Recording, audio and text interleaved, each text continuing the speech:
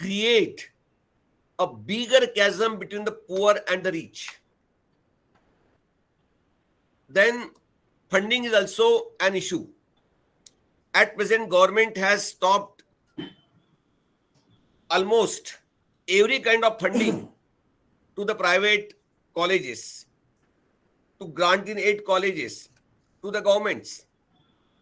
New education policy is a very expensive matter because it mostly depends on the use of technology.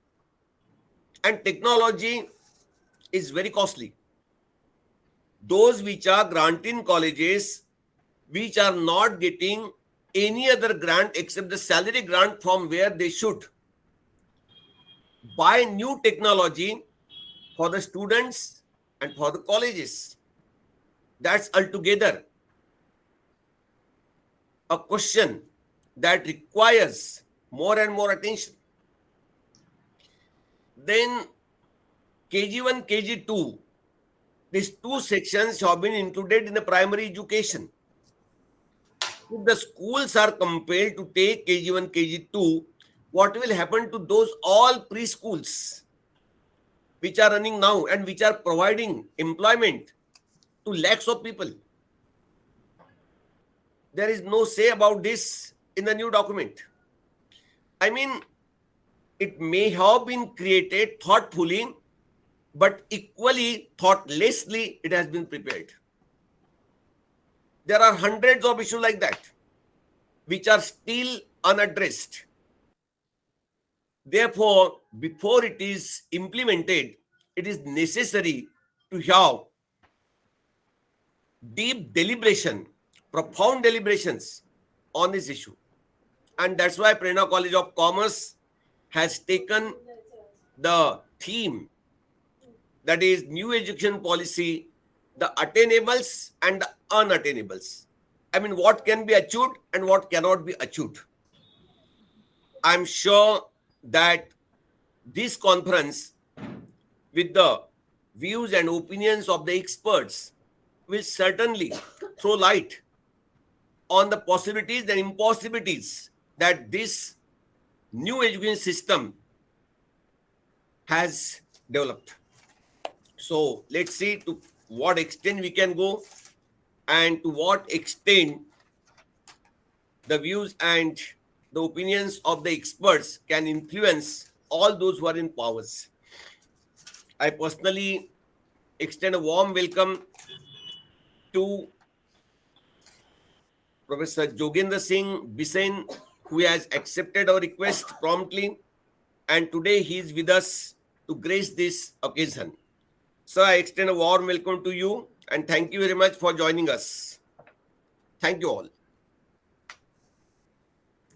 Thank you so much, sir, for these beautiful words. Now, let me have the privilege of introducing our today's chief guest, Dr. Jogendra Singh Bisain, the Pro-Vice Chancellor, Swami Ramanand Tirth, Marathwada University, Nanded. His academic career is more than being simply impressive. It is in fact extraordinary and quite inspiring. Presently holding the prestigious position as the Pro-Vice Chancellor, Sir is also working as the Chancellor's nominee for Teachers Selection Committee, Shivaji University, Kolhapur. He is also working as a member of Research Recognition Committee in Hindi of Sant Gadgil Baba, Amravati University, Amravati. Member of Board of Studies in Hindi, Changu Kana, Thakur College, Panvel. Member of Board of Studies in Hindi, Rajarshri Shahu College, Latur. Member of Board of Studies in Hindi, Kaviyatri Bahinabai Chaudhary, North Maharashtra University, Jalgaon. Sir has also worked as a member of Executive Council of Maulana Azad National Urdu University, Hyderabad, from December 2015 to December 2018, and the Dean Faculty of Humanities, SRTM University, Nanded. Sir has published many research articles and research papers in various national and international journals. Sir has also authored many books. Many more feathers added to his credit. Under his able guidance, the college has received the Best College Award by SRTM University Nanded in 2016. Sir has been honored as a Best JCS by SRTM University Nanded in the year 1998, also the Best Teacher Award by Swami Ramanand Tirth Marathwada University Nanded in the year 2012-13. Under his able guidance, number of research scholars have been awarded PhD and completed their MPhil. Friends, the list of his achievements is so long that it is really not possible for us to do justice with it in such a short time. Now I request our chief guest, Professor Jagendra Singh Bisain, Sir, Honorable Pro Vice Chancellor, SRTM University Nanded, to enlighten us with his views on the new education policy and to inaugurate the conference with his erudite address. Over to you, sir. नमस्कार, सुप्रभात। इस आभासी मंच पर उपस्थित आज के इस राष्ट्रीय संगोष्ठी के उद्घाटन सत्र के अध्यक्ष, प्रेरणा संस्थान के सम्माननीय सचिव डॉक्टर गुलानी जी, भाषा का अध्यापक हूं इसलिए जो शब्दों का प्रयोग कर रहा हूं बड़ी सोच समझ कर करूंगा। जिनके आदेश का पालन करते हुए यहाँ उपस्थित हूं वे हमारे स्नेही प्रवीण जी जोशी, महाविद्यालय के प्रधानाचार्य प्रकाश जी ध्रुव सर,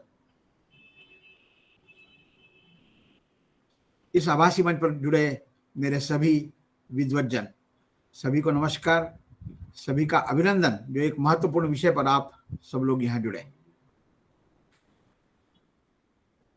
कुछ चिंताएं भी विषय के माध्यम से व्यक्त हो रही है। नई राष्ट्रीय शिक्षा नीति, अवसर और चुनौतियां, तो अवसर की ओर थोड़ा ध्यान कम जाता है, चुनौतियों की ओर अधिक जाता है। मनुष्य का स्वभाव है, स्वाभाविक है, होना भी चाहिए, क्योंकि जब तक चुनौती की ओर ध्यान नहीं जाएगा तो चुनौतियों का समाधान नहीं होगा। मैं संस्था को बहुत बहुत बधाई देता हूं, आयोजकों को बधाई देता हूं कि एक अच्छे विषय पर आपने इस संगोष्ठी का आयोजन किया। इस संगोष्ठी के माध्यम से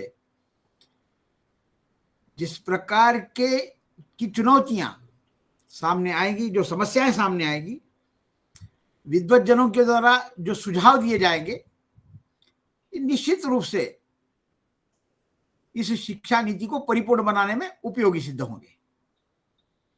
जो पहल की है महाविद्यालय ने वो अभिनंदनीय है, और ऐसे किसी का दावा नहीं होता कि हमने जो किया है ये परिपूर्ण है, इसके आगे कोई परिवर्तन की कोई संभावना नहीं है। ऐसे किसी का आग्रह नहीं होता और होना भी नहीं चाहिए। कोई चीज अपने आप में परिपूर्ण नहीं होती, उसमें तो निरंतर परिवर्तन की प्रक्रिया चलती है। और खास विशेषकर हम भारतवासी हैं, ये तो हमारा स्वभाव है, हम परिवर्तनों को स्वीकार करते हैं, इसीलिए तो हम अपना अस्तित्व बनाए हुए हैं। जगत में कई प्रकार की संस्कृतियां आई और समाप्त हो गई। यूनानी, मिस्र, रोमा सब मिट गए जहां से, फिर भी बाकी रहा है नामो निशा हमारा। कुछ बात है कि हस्ती मिटती नहीं हमारी, सदियों दौरे रहा दुश्मन जा हमारा। हमारा अस्तित्व इसीलिए बना है क्योंकि हम परिवर्तनों को स्वीकार करते हैं। जो एडमेंट होते हैं, जो परिवर्तन नहीं चाहते, वो मिट जाते हैं। बाढ़ आती है तो जो छोटे छोटे पौधे झुक जाते हैं, अपने आप में परिवर्तन लाते हैं, तो वो अपना अस्तित्व बनाए रखते हैं। जो अकड़ के साथ पेड़ खड़े रहते हैं वो मिट जाते हैं। हम आजादी का अमृत महोत्सव मना रहे हैं, और आजादी के अमृत महोत्सव के इस अवसर पर 2 वर्ष पूर्व जिस शिक्षा नीति की उद्घोषणा हुई उस पर हम चिंतन कर रहे हैं। एक विषय ये जरूर सोचने लायक है कि क्या 2020 का आगाज हुआ और नई शिक्षा नीति सामने आ गई? ऐसे नहीं है। शिक्षा नीति को लेकर वर्षों से चिंतन चल रहा था। वर्षों से चिंतन करते हुए यह भी देखा गया कि इस राष्ट्र की पहली शिक्षा नीति किस प्रकार से थी, क्या हमारी अवस्थाएं थी, और आजादी के बाद में जिस प्रकार की शिक्षा नीति को हमने अपनाया, स्वीकार किया, क्या उस शिक्षा नीति ने इस देश की सारी समस्याओं का समाधान किया, सभी को रोजगार मिला, सभी के अंतर्मन में राष्ट्र के प्रति स्वाभिमान जागृत हुआ, राष्ट्र के प्रति आस्था, आत्मीयता, अपनापन, लगाव निर्माण हुआ। कई प्रकार के प्रश्न हैं मित्रों। यह वह देश है कि जिस देश में नालंदा, तक्षशिला, विक्रमशिला जैसे विश्वविद्यालय थे, जिस विश्वविद्यालयों में देश से नहीं बल्कि विदेश से भी हजारों छात्र अध्ययन के लिए आते। मैं वर्तमान समय के संबंध में सोचता हूं कि जिस देश के विश्वविद्यालयों में विदेश से छात्र पढ़ने के लिए आते थे, इतना स्तर उनका बढ़िया था। वर्तमान समय में जगत के 100 विश्वविद्यालयों की सूची यदि मैं बनाता हूं, श्रेष्ठतम विश्वविद्यालयों की सूची, और मैं अपने आप से प्रश्न पूछता हूं कि जगत के श्रेष्ठतम 100 विश्वविद्यालयों में भारत के वर्तमान समय में कितने विश्वविद्यालय हैं, तो हमारा जवाब क्या आएगा? यदि इस प्रकार की स्थिति है कि जो देश जगत को मार्गदर्शन करता था, जिसके लिए 1912 में जो एक किताब प्रकाशित हुई भारत भारती, जिसमें लिखते हैं मछलीशन गुप्त कि यह देश किस प्रकार का देश है। शैशव दशा में देश प्राय जिस समय सब व्याप्त थे, जब जगत के सारे राष्ट्र शिशु अवस्था में थे, बाल्यावस्था में थे। शैशव दशा में देश प्राय जिस समय सब व्याप्त थे, निशेष विषयों में तभी हम प्रौढ़ता को प्राप्त थे। संसार को पहले हमी ने ज्ञान शिक्षा दान की, आचार की, व्यापार की, व्यवहार की, विज्ञान की। जगत को आचार, व्यापार, व्यवहार, विज्ञान सब हमने प्रदान किया। लेकिन इतनी क्षमता रखने वाला यह राष्ट्र वर्तमान समय की क्या स्थिति है, जिसके संबंध में मैंने पहली बात की। तो आवश्यकता इस बात की है कि पूर्व शिक्षा नीति में परिवर्तन करते हुए लगभग 34 वर्ष के पश्चात इस नई राष्ट्रीय शिक्षा नीति को सामने रखा गया, जो शिक्षा नीति भारत को केंद्रित मानकर चलती है, भारत को सेंटर में रखती है, छात्रों को केंद्र में रखती है, स्टूडेंट सेंट्रिक। इससे पूर्व की शिक्षा नीति हो सकता है कि अध्यापकों को केंद्र में रखकर चलाई गई होगी। मैं स्वयं एक अध्यापक हूं। मैं जब अध्यापक के संबंध में कहता हूं तो सारी बातें मेरे लिए भी लागू है। मैं अपने आप को उससे दूर नहीं करता। अध्यापकों के लिए बड़ी चुनौती है, यह मैं मानता हूं, क्योंकि वो समय चला गया कि आप जब सेवा में आपने प्रवेश किया, आपने ज्वाइनिंग की, मैं नाम नहीं लूंगा, एक विद्वान का विदाई समारोह चल रहा था और विदाई समारोह में उनके एक छात्र ने जो बात कही, मैं कभी कभी सोचता हूं कि वो बात उस अध्यापक का गौरव था या उसकी उपेक्षा थी। छात्र ने कहा कि हमारे अध्यापक XYZ 32 वर्ष पूर्व सेवा में आए और मैं देखता हूं कि 32 वर्ष पूर्व जो उन्होंने नोट्स बनाई थी, आज विदाई के समय में भी वो सारी नोट्स उनके पास वैसे की वैसी है और जो उसका ज्ञान हमें दे रहे हैं। ये नहीं चलेगा। समय के साथ में हमको परिवर्तन लाना होगा। जिस प्रकार की चुनौतियां सामने आ रही है, परिवर्तन जिस प्रकार से आ रहा है, और इस प्रवाह में जिसमें क्षमता है वह अपना अस्तित्व बनाएगा। अगर क्षमता नहीं है तो वह बाहर फेंक दिया जाएगा। 21वीं सदी भारत की दृष्टि से युवाओं की सदी है और इन युवाओं में वह क्षमता यदि हम निर्माण कर सकते हैं शिक्षा नीति के माध्यम से, तो यह राष्ट्र जगत के लिए पथदर्शक होगा, नेतृत्व करने की क्षमता अपने रखेगा। इसलिए वर्तमान शिक्षा नीति जो छात्रों को केंद्रित रखकर बनाई गई है, स्टूडेंट सेंट्रिक है, उनमें वह ऊर्जा उत्पन्न करेगी, वह क्षमता उत्पन्न करेगी। मैं मानता हूं जोशी जी ने जो बात कही कि उस प्रकार की चुनौतियां हैं, यह सही है, इसको मैं नहीं नकारता, लेकिन चुनौतियां हैं इसीलिए करने लायक है। जो तो कॉमन है, जो सभी कर सकते हैं, उसमें हमारे लिए करने जैसा क्या है, वो तो सभी करेंगे। लेकिन जो कुछ चुनौतियों से भरा हुआ है, जिसको करना एक अहमियत रखता है, महत्व रखता है, तो उसे पूर्ण करना यह हमारा दायित्व बनता है। इस शिक्षा नीति के माध्यम से राष्ट्र के प्रति एक प्रकार का स्वाभिमान छात्रों के भी अंतर्मन में निर्माण होगा। क्योंकि जब मैं देखता हूं कि किसी शिक्षा संस्थान में, किसी विश्वविद्यालय में राष्ट्र के टुकड़े होने के नारे लगाए जाते हैं, ये छात्र लगाता है, तो ये राष्ट्र के लिए उचित नहीं है। ये चिंतन करने की आवश्यकता, ये चिंता का विषय है। हम सभी इस राष्ट्र को बनाए रखने के लिए, इस राष्ट्र का अस्तित्व बनाए रखने के लिए, राष्ट्र को उन्नति की शिखा पर पहुंचाने के लिए अपने दायित्व का निर्वहन करना, ये हमारा दायित्व है। और ये सबसे बड़ा दायित्व बनता है, ये अध्यापकों का बनता है।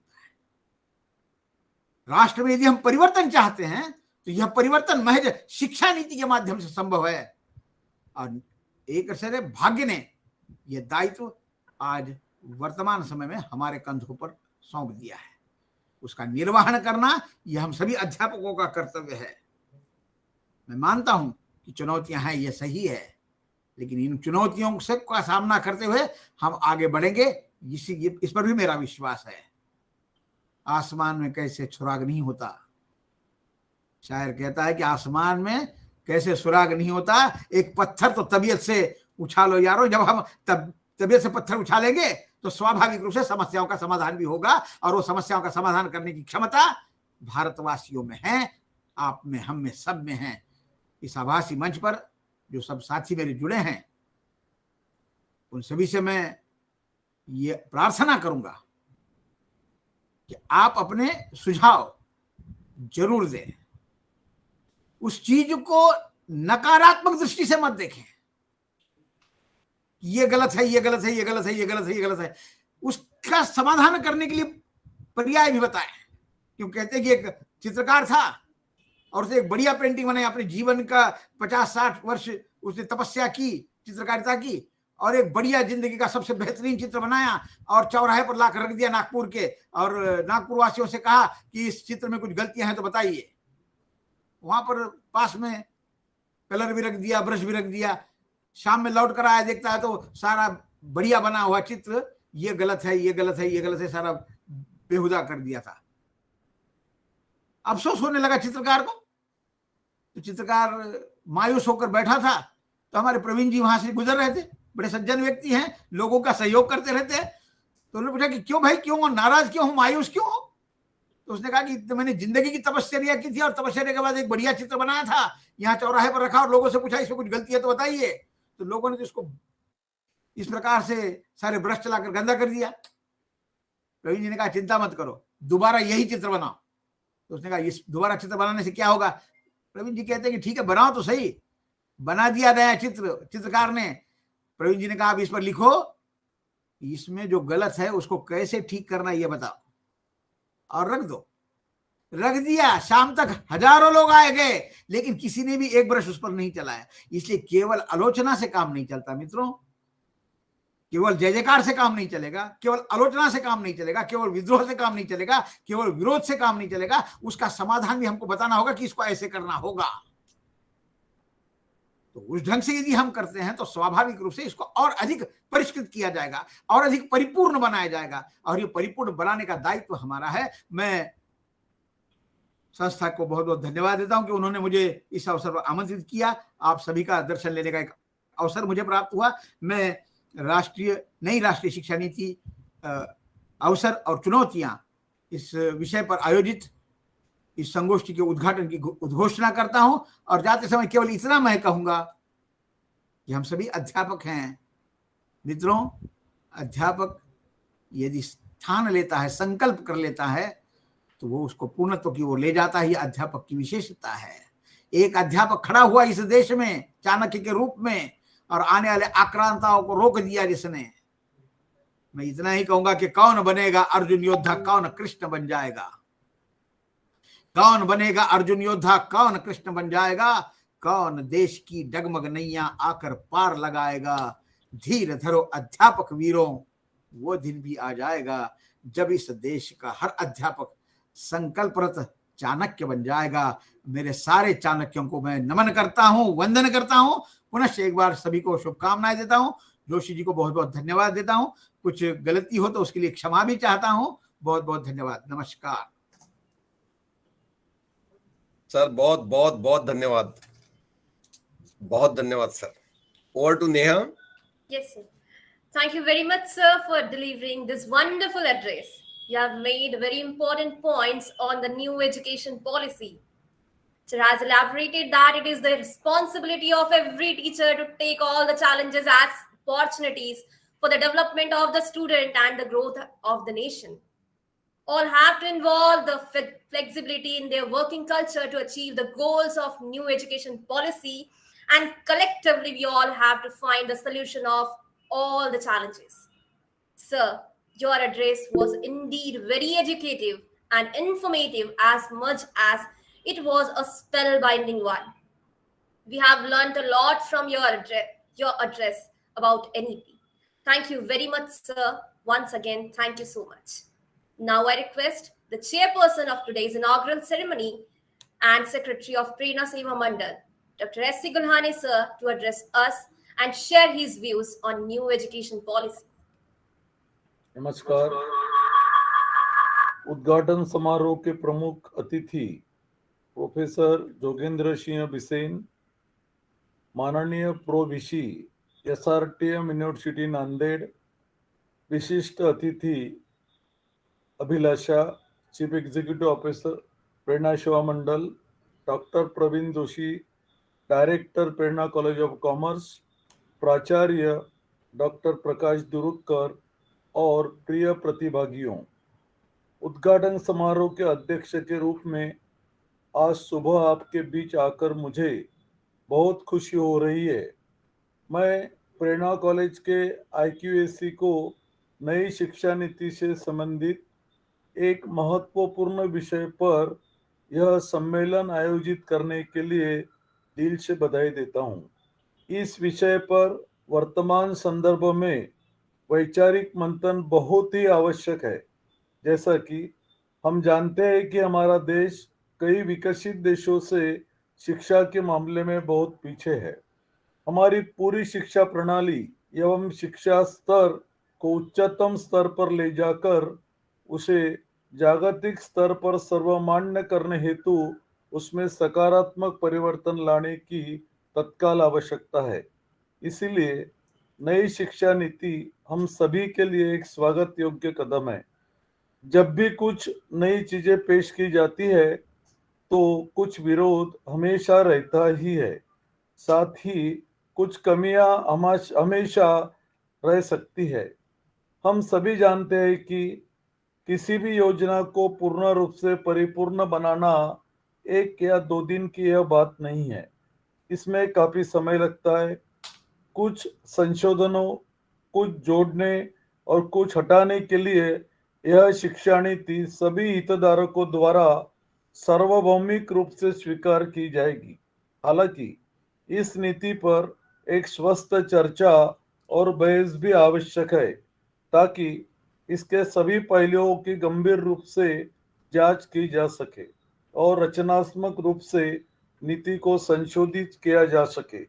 मुझे विश्वास है कि सम्मेलन में इसमें शामिल सभी पहलुओं पर विस्तृत विचार विमर्श होगा और विशेषज्ञ यह भी सुझाव देंगे कि इस नई शिक्षा नीति को पूर्णता तक पहुंचाने के लिए किस तरह की कमियों को दूर किया जा सकता है। मैं सभी प्रतिभागियों को शुभकामनाएं देता हूं। मैं व्यक्तिगत रूप से प्रोफेसर जोगेंद्र सिंह बिसेन जी को हमारे साथ उपस्थित के लिए धन्यवाद देता हूं। इसी के साथ मैं आपसे विदा लेता हूं। आप सभी को धन्यवाद। नमस्कार। Thank you so much, sir. It was really a mesmerizing session. Thank you so much for your यहाँ valuable. तुम्हारा माइक म्यूट है, शायद आवाज नहीं आ रही। नहीं सर, अनम्यूट है। Am I audible, sir? Yes, audible. You're audible. Yes, sir. It was really a mesmerizing session. Thank you so much, sir, for your valuable time. Now, I, Neha Samundre, take your leave and request Ms. Shivani Mesawat to propose a vote of thanks. Thank you so much. Have a nice day.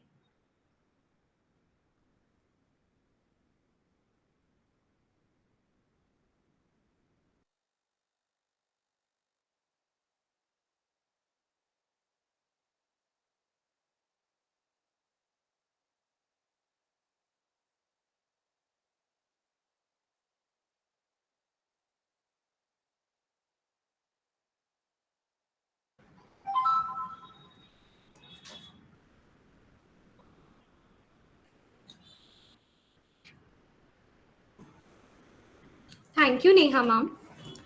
A very good morning to everyone.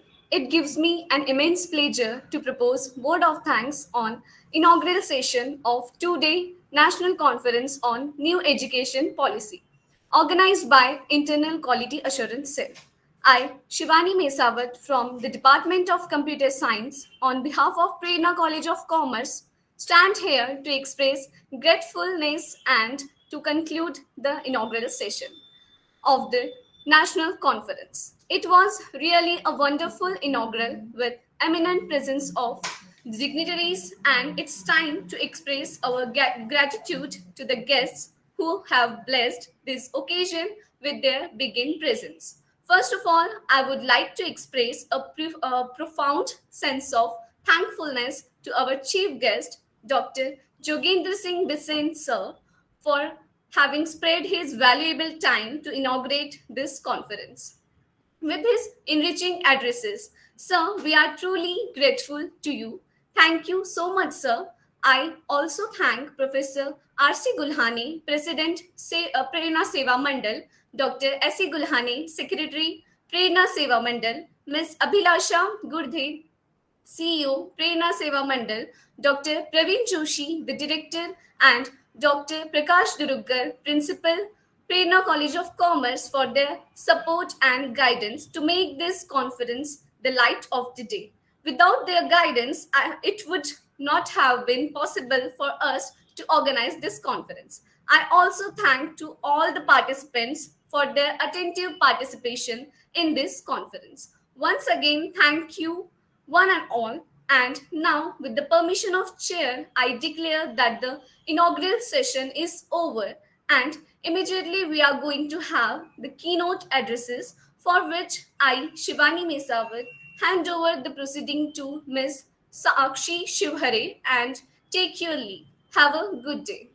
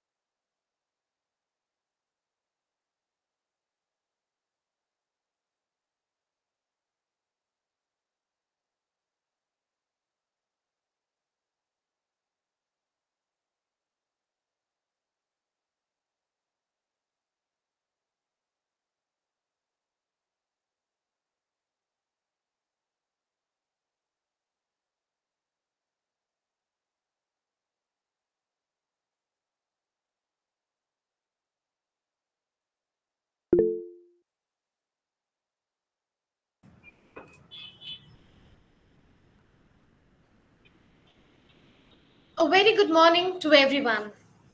On this beautiful morning, I, Sakshi Shivhare, extend a warm and hearty welcome to each one of you present today. Every morning is a new beginning with full of hopes and opportunities.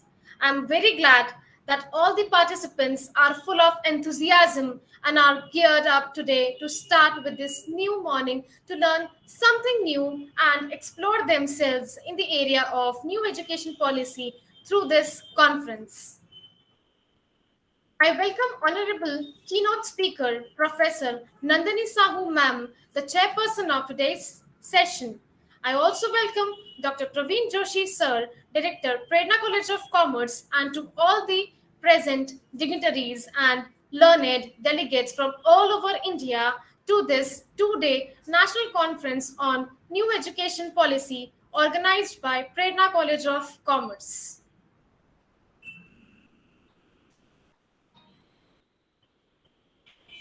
India is among the countries that have the highest number of educational institutions and consequently the highest number of faculty members in India.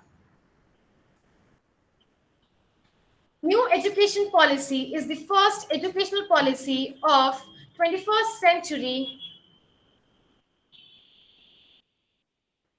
that replaces the 34 years old educational policy in 1986. The NEP is built on the foundational pillars of access, equity, quality, affordability, and accountability. This policy is aligned to the 2030 Agenda for Sustainable Development and aims to transform India into a vibrant, knowledgeable society by making college education more holistic, flexible, multidisciplinary, suited to 21st century's need, and aims at bringing out the unique capabilities of each student. We are very honored to have with us a very gorgeous and inspirational personality with us today, Professor Nandini Sahu ma'am, as the keynote speaker in this conference. I feel privileged to have an opportunity to introduce our keynote speaker. Professor Nandini Sahu is the former director, School of Foreign Languages, and currently a professor of English at Indira Gandhi National Open University, New Delhi, India. She is Amazon's best-selling author, is a major voice in contemporary Indian English literature. She has accomplished her doctorate in English literature. Her literature has been widely published in India, USA, UK, Africa, Italy, Australia, and Pakistan. Apart from numerous literature awards, she is a triplet gold medalist in English literature. She has received the gold medal from the Honorable Vice President of India for her contribution to English studies in India in the year 2019. She is a bibliolater person as she has read more than 300 books. She is also the author and editor of 18 books. Her area of research interest cover Indian literature, new literatures, folklore and cultural studies, American literature, children's literature, and critical studies. She is the chief editor, founder editor of Interdisciplinary Journal of Literature and Languages. Professor Sahu has designed and multiple academic programs on cultural studies, Indian folk literature, and Indian philosophical thoughts for IGNOU and many other universities. What a versatile personality person we have today with us. On account of some exigencies, she's not present virtually. Sorry for that.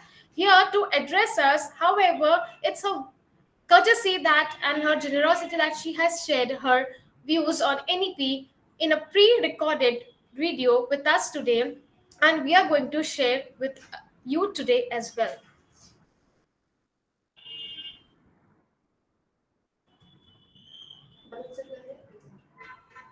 Namaskar.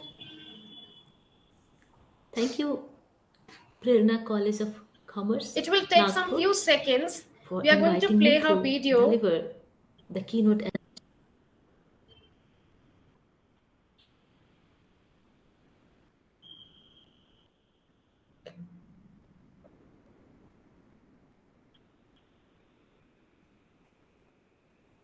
Namaskar. Thank you, Prerna College of Commerce, volume, Nagpur, sir, for inviting me to deliver the keynote address in the national seminar on the new education She is not audible, policy. Manoj sir.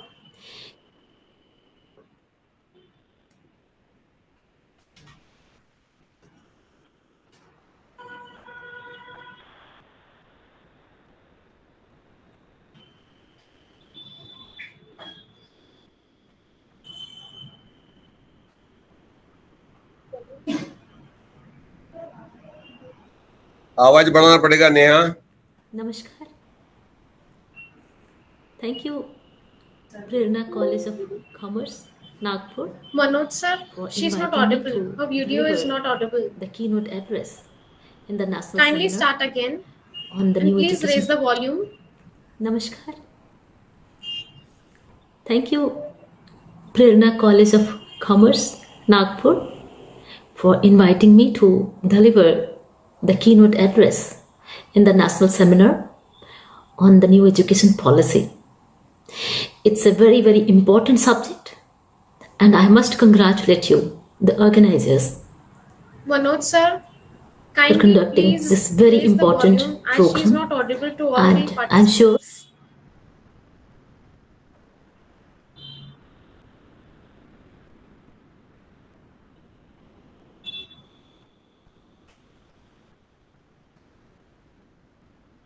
We are extremely sorry for the technical issues. Just in a few seconds, we'll be again having her video with us.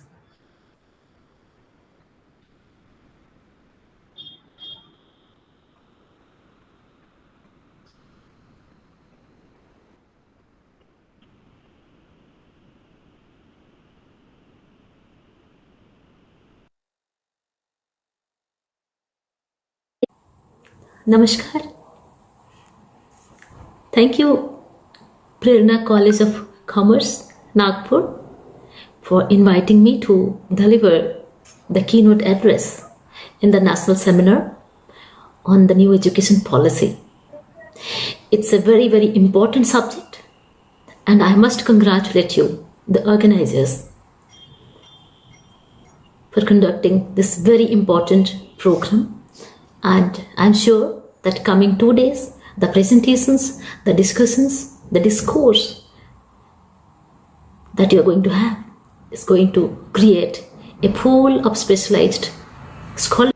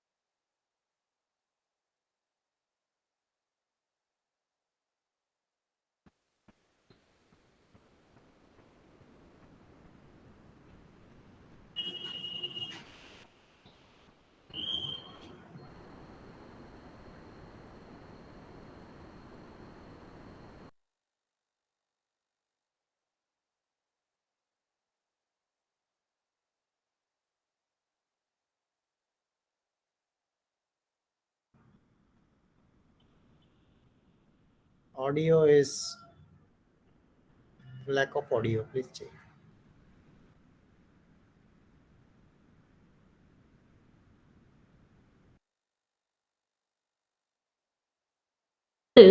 On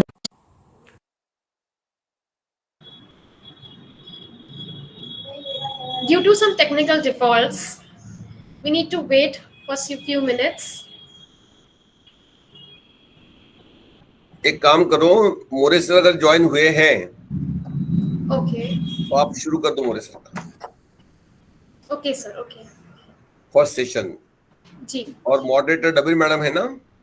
Yes, sir. No. Moderator is Shede sir. Abhay Shende sir is the moderator. Abhay Shende sir. Okay. Yes. More sir join हुए क्या? Sir, मैं check कर रही हूँ. I'm just checking. Just a second. तब तक क्यों देखो तुम्हारा टेक्निकल इशू क्या है तो.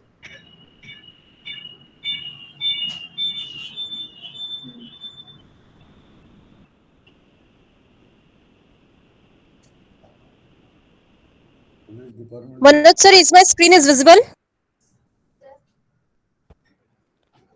Manoj sir? Yes, ma'am. Okay, just a minute. आइए या वंस.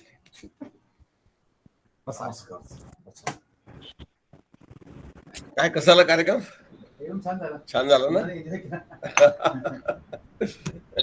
क्या साहेब या छान झालं ना? अरे गवई साहेब असताना काय प्रॉब्लेम.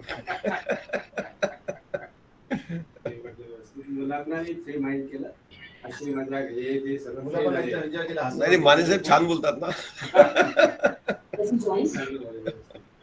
माने साहेबांचं बोलणं छान एकदम. तो नाम बताया?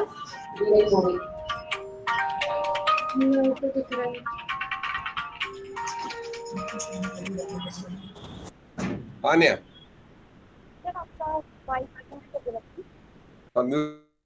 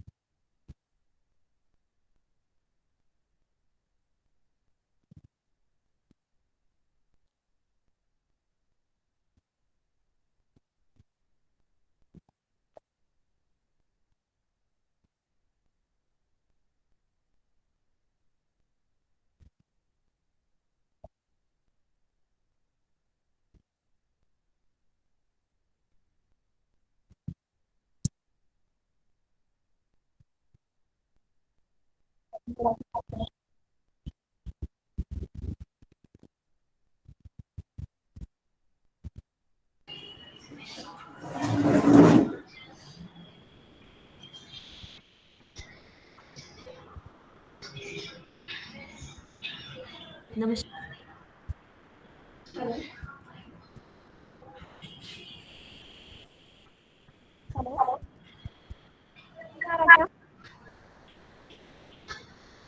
अभी तो आ रहा था तुझसे.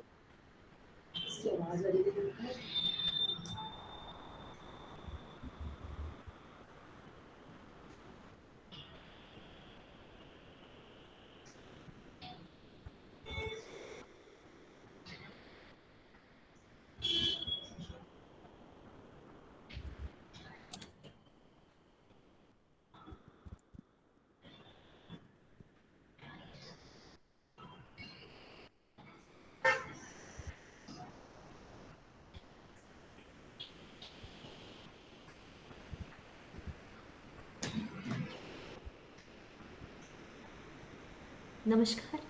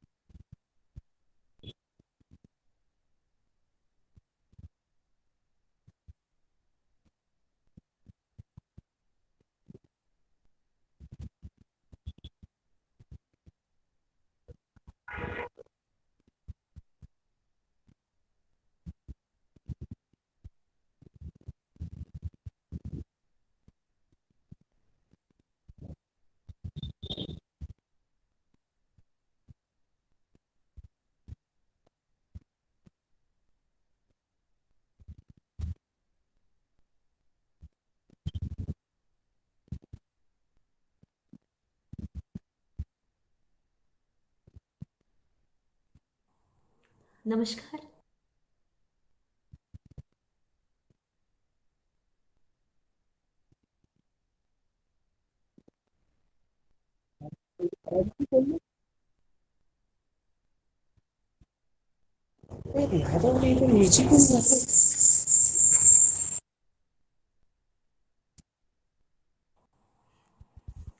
Thank you, Prerna College of Commerce, Nagpur, for inviting me to deliver Now the it's keynote audible. address in the national seminar on the new education policy. It's a very, very important subject, and I must congratulate you, the organizers, for conducting this very important program. And I'm sure that coming 2 days, the presentations, the discussions, the discourse that you're going to have is going to create a pool of specialized scholars on the NEP.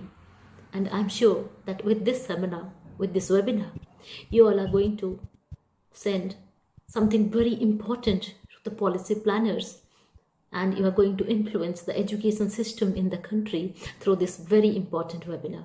I must congratulate Dr. Pravin Joshi and the entire faculty and staff and all the participants of this seminar.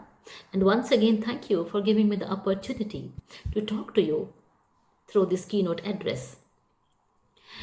You know, the NEP document, it doesn't say no to technology. It's very inclusive. It's very flexible. It just adds on something that you have already been doing, that I have already been doing. Through the NEP document, we have an opportunity only to add more to that, isn't it? The NEP 2020, is released by the Education Ministry, and it accentuated on the mounting need of online education in India. And during the pandemic, this global crisis, it has become important that we should be ready with some alternative means of education. And this is where the online education system has come as handy, isn't it? In a country like India, with a vast population and multiple languages, cultures, and implementation of the NEP, it has become a huge responsibility on educationists like you and me. And for that matter, you know, there are many a slip between the cup and the lip, isn't it? And you know the challenges. In a country like India, where more than 30% of the population is not computer savvy, and a place where not everyone can afford a computer or a laptop, even many teachers are not familiar with the new format of education. It's actually a big challenge to implement the policies through the NAP. Many teachers are not trained for online education, and not necessarily all good classroom teachers can be good teachers on the online mode. Online examination system is a big challenge. You all experience that. Even I do experience that. In my 2 decades of experience of teaching in higher education in different universities, and now teaching in Indira Gandhi National Open University, the world's largest university in terms of students intake, even I understand the challenges. But still, I must say, with a very positive note, that this alternative mode of education is an answer to the global challenge during the pandemic and even after that. And the internet connectivity may not be effective everywhere. And then you have a question, how am I going to teach? And good concentration and self-motivation, these things are also equally required, needed when you are teaching online. And the role of distance and digital education and online learning, these things are very, very seminal in the NAP. If you go through the document carefully, the 67 pages document, you will find the word language more than 200 times. So the NAP, it gives emphasis to the traditional knowledge systems, to the Indian knowledge systems, and to languages, and the preservation of the dying cultures, the endangered languages through communication and information technology. So this is where, there is a kind of blended learning. The NEP wants us to combine, to go truly interdisciplinary, to go truly multidisciplinary, and create a new discipline by a combination, by a culmination of more than one disciplines, isn't it? The former President of India, Honorable Ramnath Kovind ji, he acknowledged that the new education policy will transform India into a knowledge superpower. And today we actually see that India is a true knowledge superpower. There was a time when we used to say knowledge is power. But today, the utilization of knowledge is power. So as educationists, it's the responsibility of us, of you and me, to implement the knowledge that is provided at our doorstep through the internet. He stated that becoming a knowledge superpower will help India and the immense talent of the students of the country. So now the NEP is more learner oriented, student oriented, train the trainers, isn't it? And as an implementation of that, and as an implication of that, the new education policy, it has met numerous welcome endorsements. For example, its emphasis is on open and distance learning and technology based learning. Sitting at home, the students, the learners can learn at their own pace, and you are on the other side of the screen and providing support to the students. It's two-way method, it's not just one-way method. Another important point of concern in the NEP is, as of now, online degrees do not carry much weightage in India when it comes to employments, placements, and there are many other misapprehensions of students that need to be dismissed in this framework, and we have to play a very important role in convincing our students, our learners, that online and distance education and education through ICT, that is equally important like the conventional education system. Research has discovered that the general perception of online learning encompasses either a video imitation of a normal classroom lecture with PowerPoint presentations and all that. So as teachers, you must ask yourself, is your PowerPoint presentation just a substitute to your face-to-face teaching? If it is yes, then please don't go for that. But if your PowerPoint presentation is two-way, there is scope for the learners to interact with you, then please prepare your online classrooms accordingly. Design and development and training the trainers, these two things are very, very important, and creating a new pedagogy behind online learning is very, very important. There are quite a few things that I would like you to emphasize. For example, if you have YouTube-based teaching in your classroom, online classroom, then make your comments and explanations at the right places. Give scope to your students, to the learners, to give their feedback to you immediately. And put your emphasis on the tangible and the intangible cultural heritages. Give importance to multiculturalism and a two-way learning process rather than muting the students. You know, when I am taking an online class, I make it a point that my students put their videos on. Even if they can put their audios off unless they need to talk to me, but I emphasize that they should keep their videos on so that I can have an eye-to-eye contact with my students. So probably that is how you can see your learners, which I say that a two-way audio interface. It's so very important. And make your classrooms very creative and engaging in very, very innovative ways, and give very simple and short assignments. Don't give very lengthy assignments, and put your emphasis, put a lot of importance on brain-based learning, not just learning by mugging up, by remembering, rather simple and short assignments and brain-based learning. And put your focus on the new trends of science and technology. Being a teacher of English literature, I do not shy away from technology. I can create a blog. I can create a website of my own. Similarly, teachers of science and technology, they must learn languages. So this is where there is the interface between science and technology, and then humanities and social sciences. This is what NEP emphasizes. Technology-based solution to students' problems. Language classrooms, language laboratories are very, very important. And emphasis is given on the availability of contents in different languages. Mother tongue, local languages, state languages, national language, even family languages. So NEP emphasizes on all kinds of languages. 17% English medium schools in India, 64% Hindi medium schools, and 83% Hindi plus vernacular medium schools in India. They have given feedback through a pilot study to create this kind of a document. NEP doesn't impose anything on you.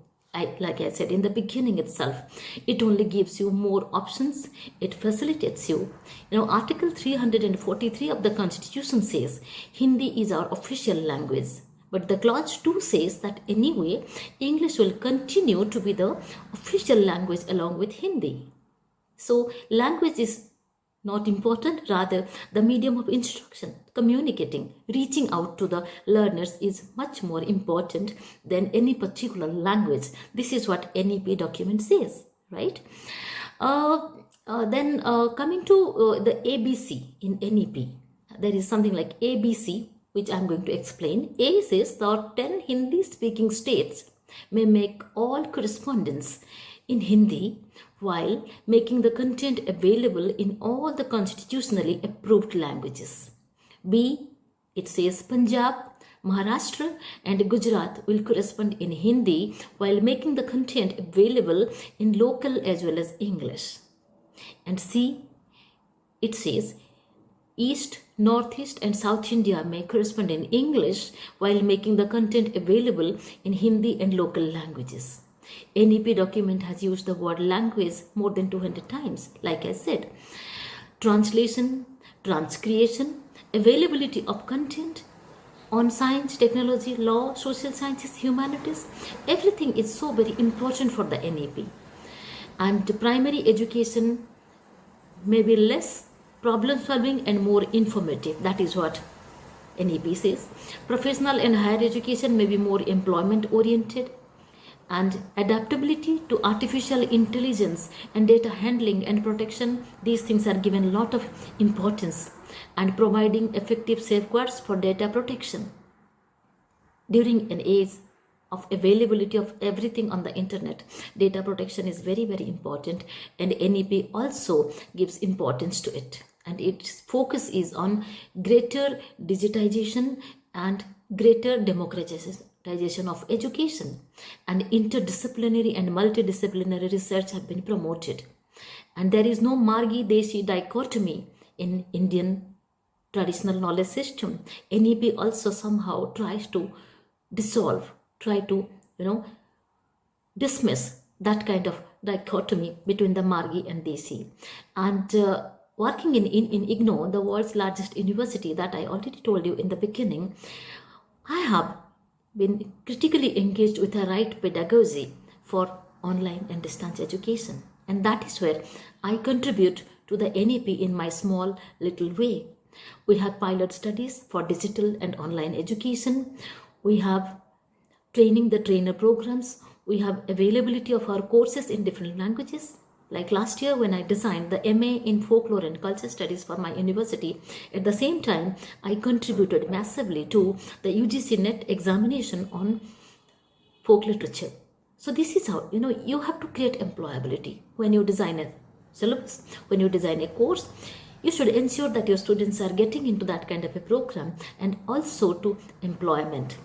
We are talking about Atmanirbhar Bharat, independent India, students who are self-reliant. So this is where your role is very, very important. Create digital storehouses, give importance to content creation, and give importance to community service. This is where the noble profession that you are into, teaching, will be very fulfilling for you. Talk about blended modes of learning. That is what NEP emphasizes. With this, I would stop here by wishing you all the very best. Coming 2 days, have a fruitful discourse. have a lot of discussions, and come out with some very inclusive and very conclusive research on the NEP and contribute to higher education in India and in the world. Wish you all the very best. Thank you very much for giving me this opportunity to deliver the keynote address. Wish you all the best. Namaskar. Thank you so much, ma'am.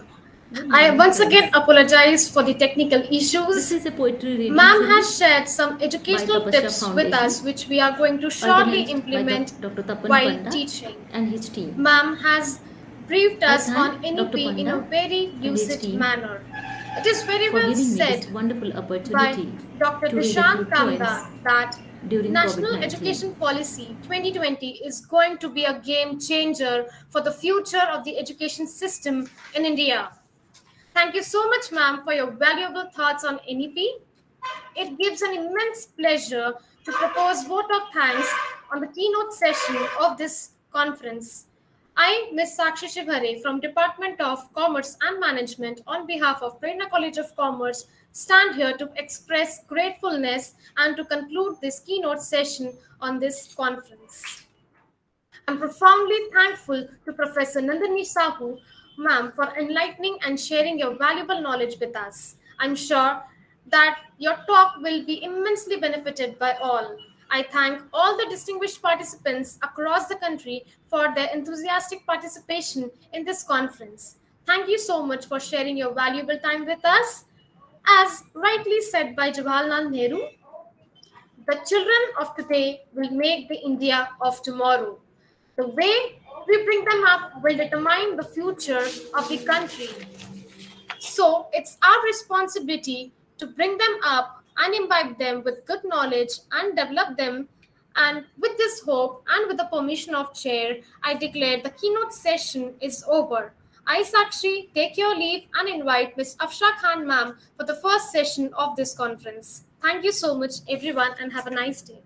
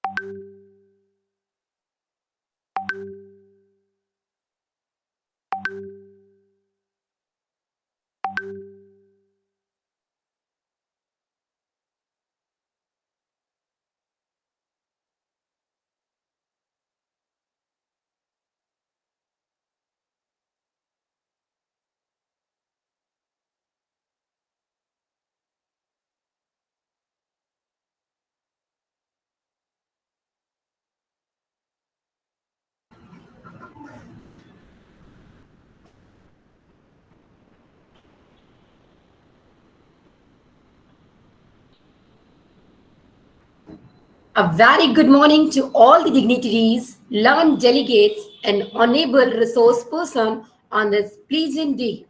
I, Afsha Khan, from Department of Computer Application, take this privilege to warmly welcome you all in the first session of two-day international conference.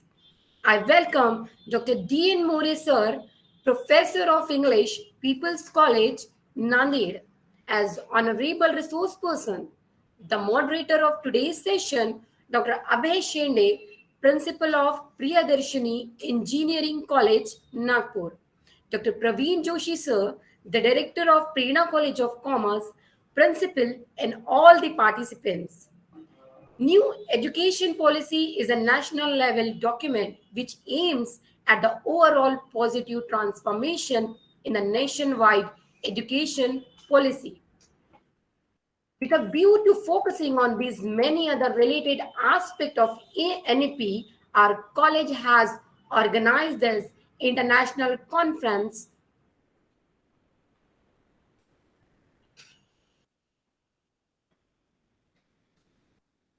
on new education policy, the attainables and attainables, in which we have eminent dignitaries with us today.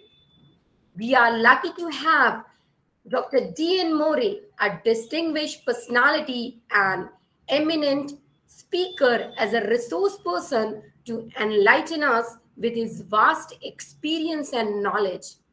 First, let me introduce our today's resource person, Dr. D.N. Morey, sir. Sir is a professor in postgraduate Department of English and Research Center, People's College, Nanded. He successfully completed an MRP sanction by the UGC, New Delhi, and is presently pursuing one sanctioned by SRTM University, Nanded. He has also been a university recognized research guide. 8 PhDs and 50 MPhil have so far been awarded under his research guidance. He has also published a book titled Manohar Magaonkar, a thematic study in select novels, 2019. Sir has published 23 scholarly research papers, especially on NEP, in a national and international peer-reviewed and UGC-listed journals. Sir has presented 10 research papers and delivered 17 talks on as a resource person at various conferences, seminars, symposia, workshops, etc. at state, national, and international level. Sir has served as a member of various colleges committee for campus enrichment and student welfare. Sir has been a member of Academic Council SRTMU, Nanded, and also a member of subcommittee constituted by SRTM University, Nanded. He has also been founder president of Dhyandeep Education and Research Foundation, an NGO dedicated to higher education. Dr. D.N. Morey has been honored for his relentless social and academic work with the Rashtriya Dhyandeep Puruskar by the Dhyandeep Parivar, Nanded. Now, I request Dr. D.N. Morey sir to speak on the topic, the 5 pillars of new education policy: accessibility, equity, affordability, and accountability. Over to you, sir.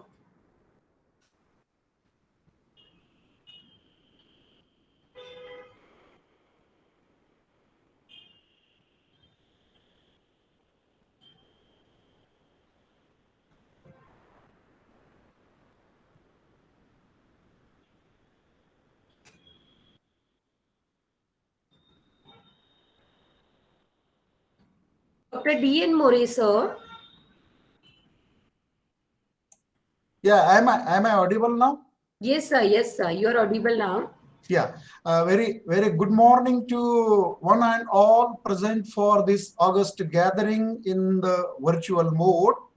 Respected Dr. Abhay Singde sir, Principal Priyadarshini JL Engineering College, Nagpur, who plays a very significant role for this session as a moderator.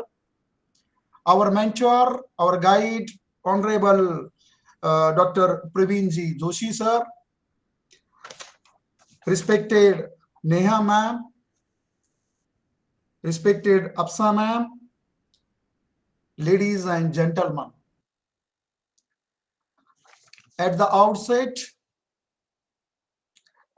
I express my gratitude towards the organizing committee for inviting me as a resource person to make a presentation on the very important topic that is framed by the organizing committee, National Education Policy, Attainables and Unattainables.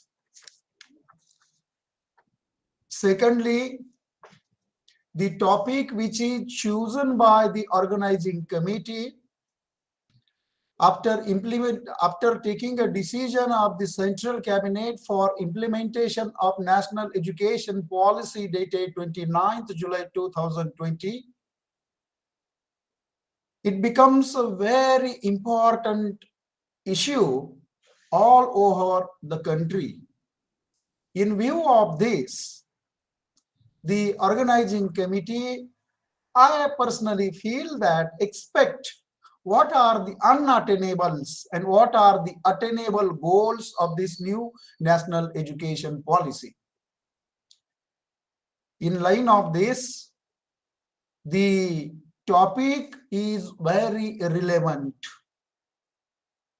because the central government and the state government of the states of the various states have decided to implement some of the important provisions related to quality enhancement in higher education in higher educational institutions.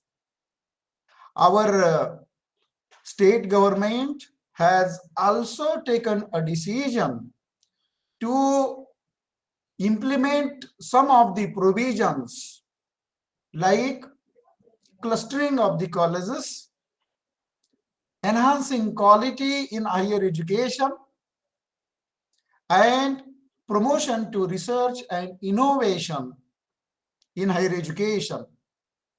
In line of this topic is very important to discuss.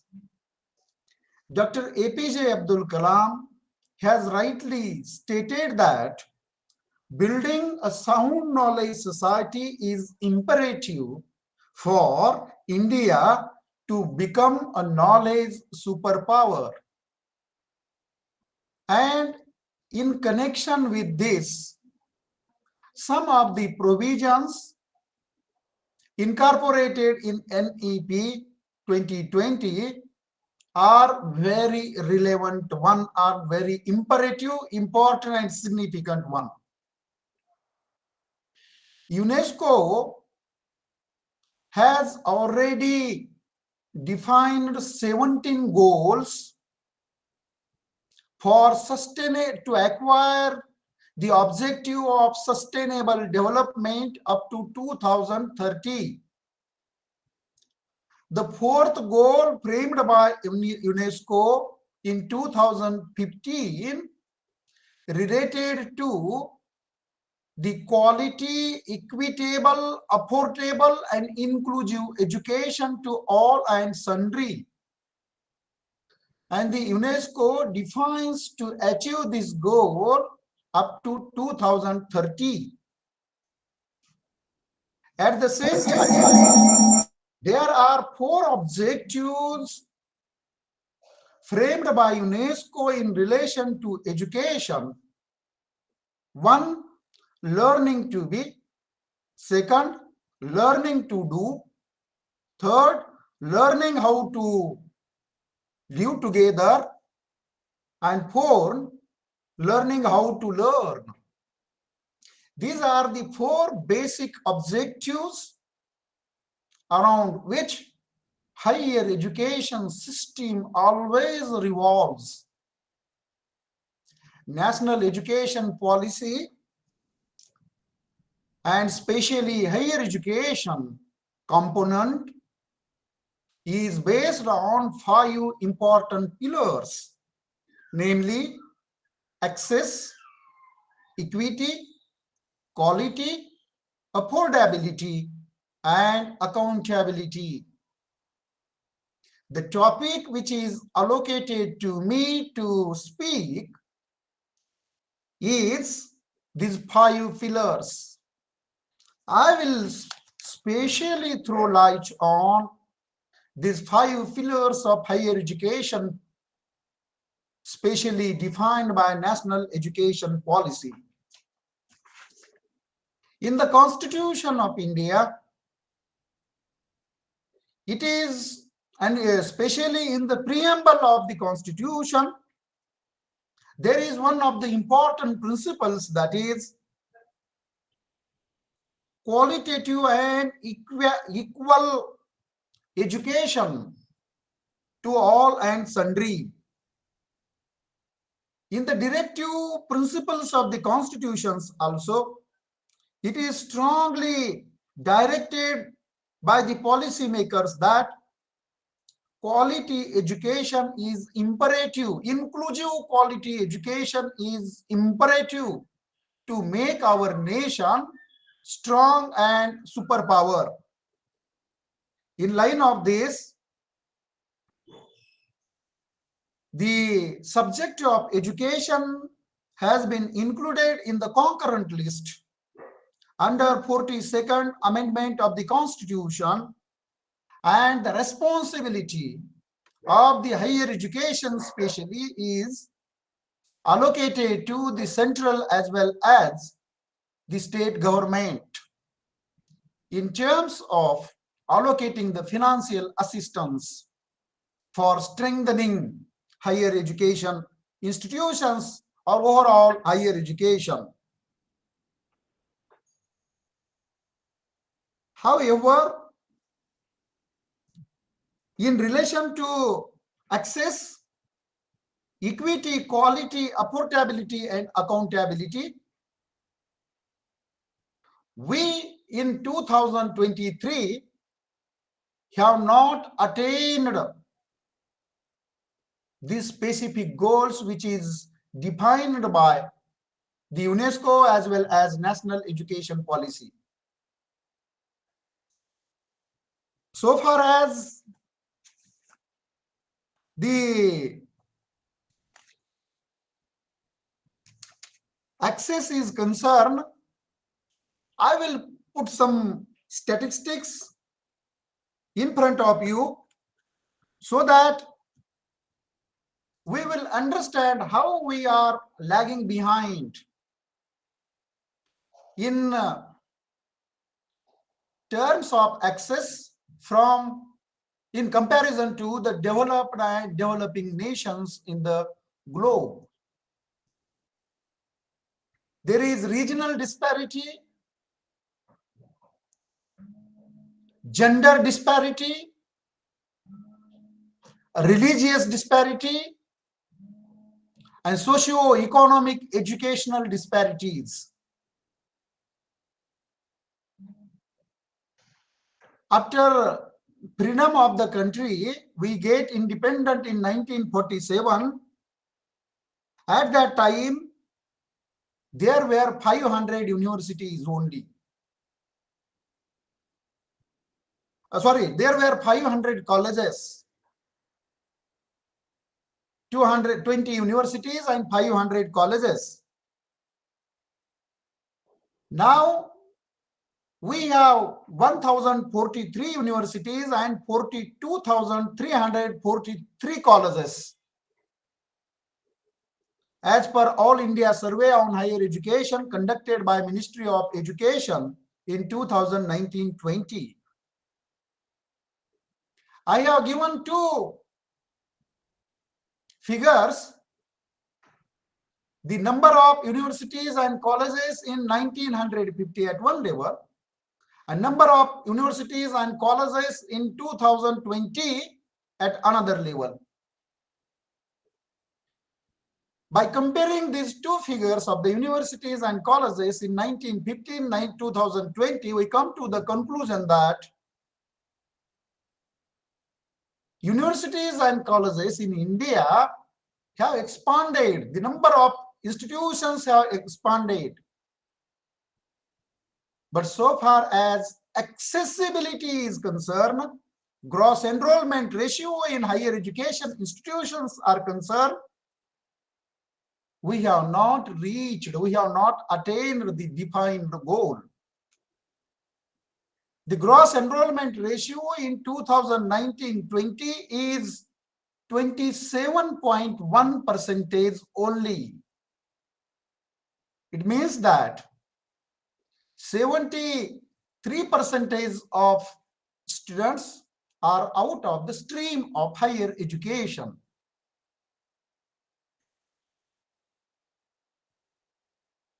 In developed nations as Britain or Germany or Japan or China or America, the gross enrollment ratio is above 50. For example, in 2018-19, 95% of students have enrolled in higher education in Korea. 88.2% students have enrolled in higher education in USA. 65.6% students have been enrolled in higher education in France. 70% students have been enrolled their names in Australia. 70.3% students have enrolled their names in Germany, and 61.1% students have taken the admission in higher education institutions in 2018 in Japan. These figures shows how public funded higher education institutions have been developed in these developed and developing countries, whereas India is lagging behind. New national education policy strongly recommends to increase this gross enrollment ratio up to 50% in 2035. This is the objective framed by national education policy. And we all, the stakeholders of higher education, including government, principals, teachers, students, have to make large efforts for attaining, as the theme of the conference is attainables and unattainables, to attain this basic objective. Because one of the main pillars of higher education or national education policy is accessibility. So to increase the gross enrollment ratio is the first objective, and we must have to attain it. We have to keep this objective. In view of this objective, we, the stakeholders of higher education, must have to work in future. Number one. The second pillar of national education policy is equity. And the Constitution of India also refers this point, stating that there is an urgent need to provide education to all and sundry in inclusive, affordable, and equitable manner. Equitable and inclusive education is one of the provisions that national education policy has incorporated in its document. However, the ground reality is totally different now, and the basic objective framed by national education policy that we have to achieve. What is the ground reality? So far as equity is concerned, there is disparity on various levels so far as attaining higher education is concerned. This disparity, this inequality is on the level of regional inequalities, or urban-rural divide in education, social and religious inequality, economic inequality, gender discrimination in education, and difference in education of public and private colleges and universities. And finally, difference in quality education. So on these different parameters, we have to count whether we are providing equitable and inclusive education to all and sundry or not, at one level, and at another level, what the policy says, what NEP says, and what are the objectives framed by national education policy. On regional levels, as I already told you, the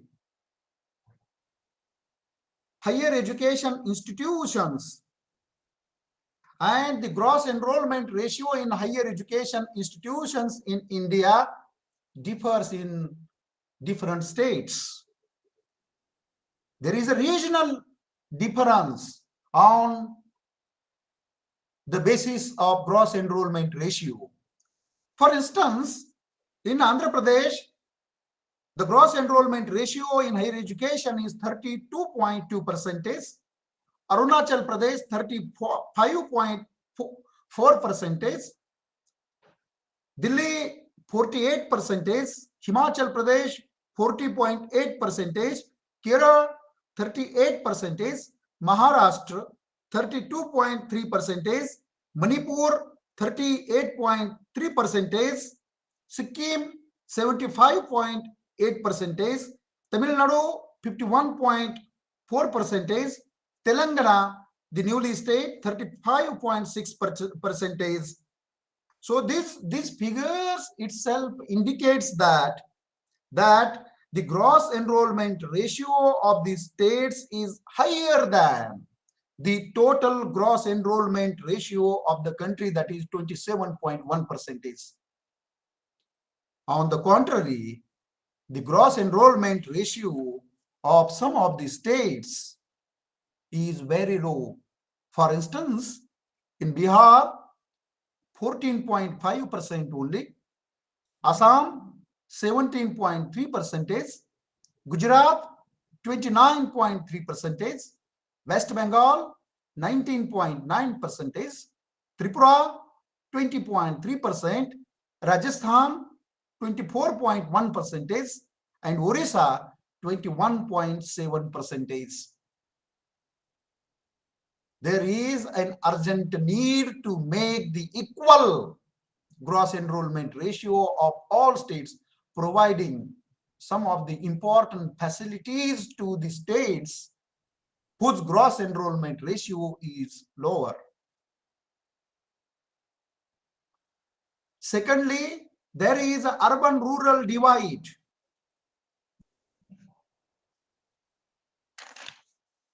Thirdly, socio-religious inequality. There is no equal enrollment of students of the different classes or stratas, you may say, social stratas in higher education, including SC, ST, OBC, minorities. The eligible age to enroll names in higher education between 19 to 24 is total 38.5 crores, 5 lakhs.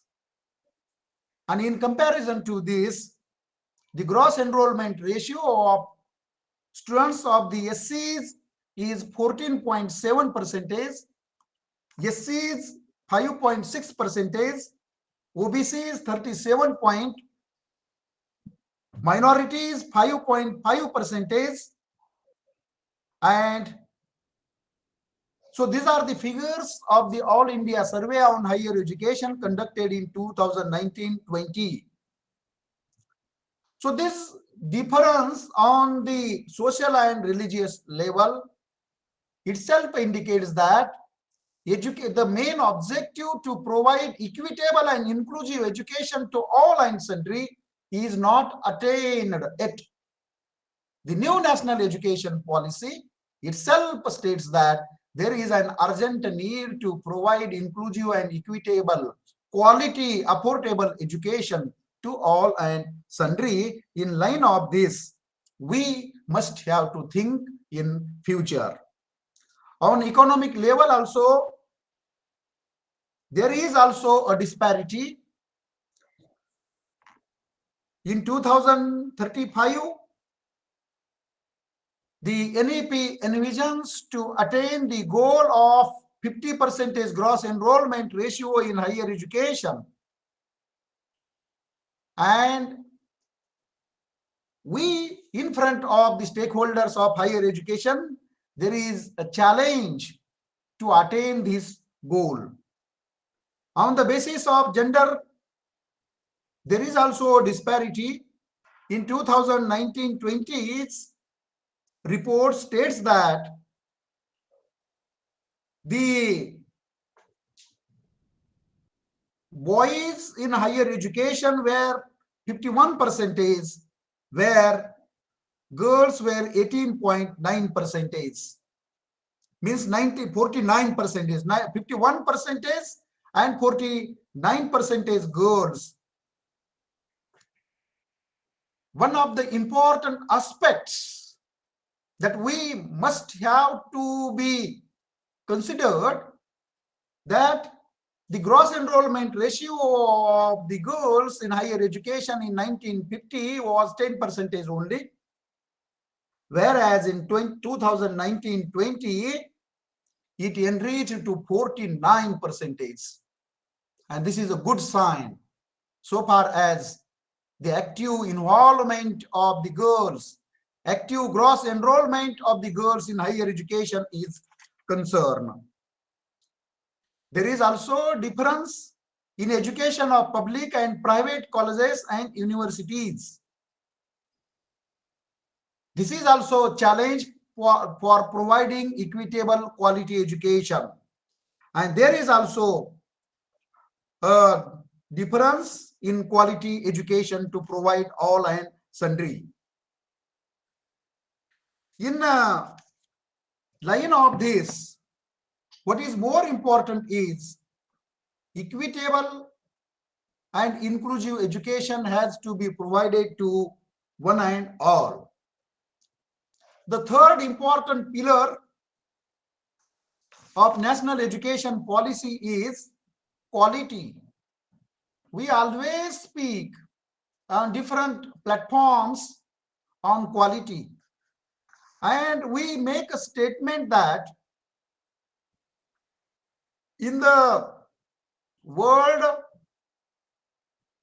universities, there is not a single university in India which stood in the rank of 100 universities on the basis of quality. In the developed countries such as USA, Britain, Japan, China, there are various universities which stands in the first, second or third rank, or in the 100 and 200 rankings in the world. Whereas there is not a single higher education institutions in India which stands in this ranking of the 100 of the world ranking. What are the causes and what are the remedies?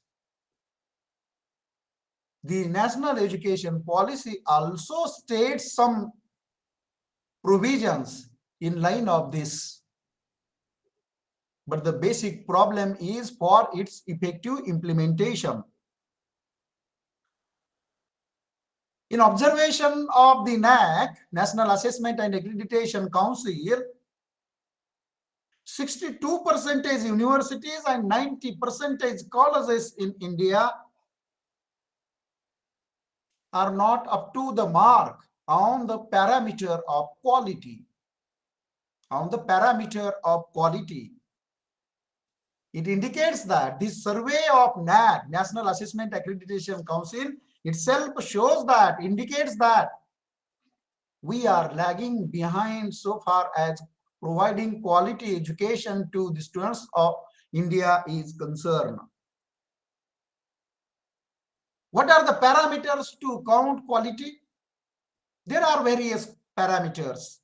For instance, teaching, learning and evaluation, curriculum, students-teacher ratio, research and innovation in universities and colleges, basic infrastructure, gross enrollment ratio and dropout ratio of the students in higher education, and employability generation. How much employability has been generated by the concerned higher education institutions. These are the parameters on which quality is counted. So far as Indian higher education institutions are concerned, they are lagging behind to attain the quality.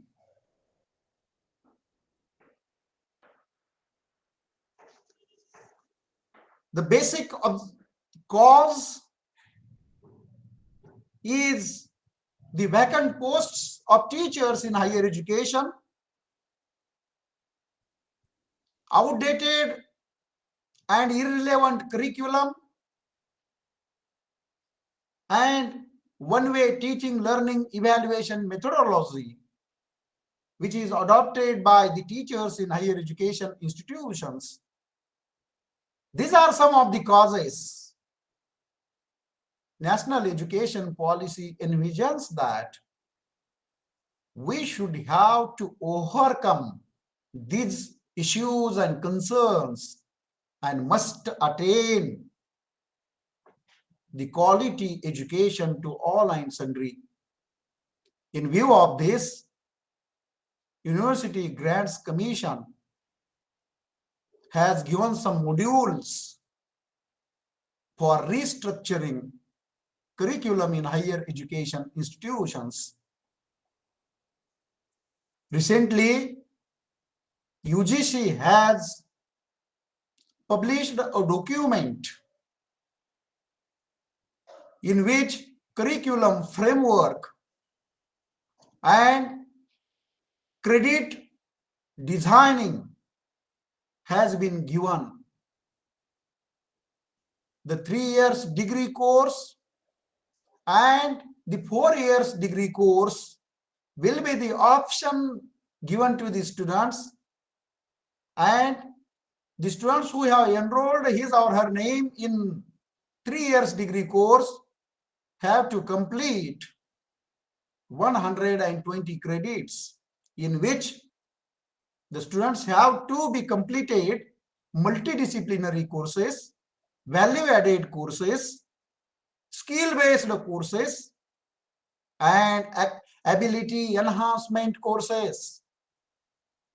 The basic objective behind this is that the students will be employable, skill-based, value-based, so that if he or she has not get any kind of service in government or private sector, with the basis of the skills, values, and multidisciplinary knowledge that he has earned, he or she is able to get some kind of employability or establish his own business or entrepreneurship.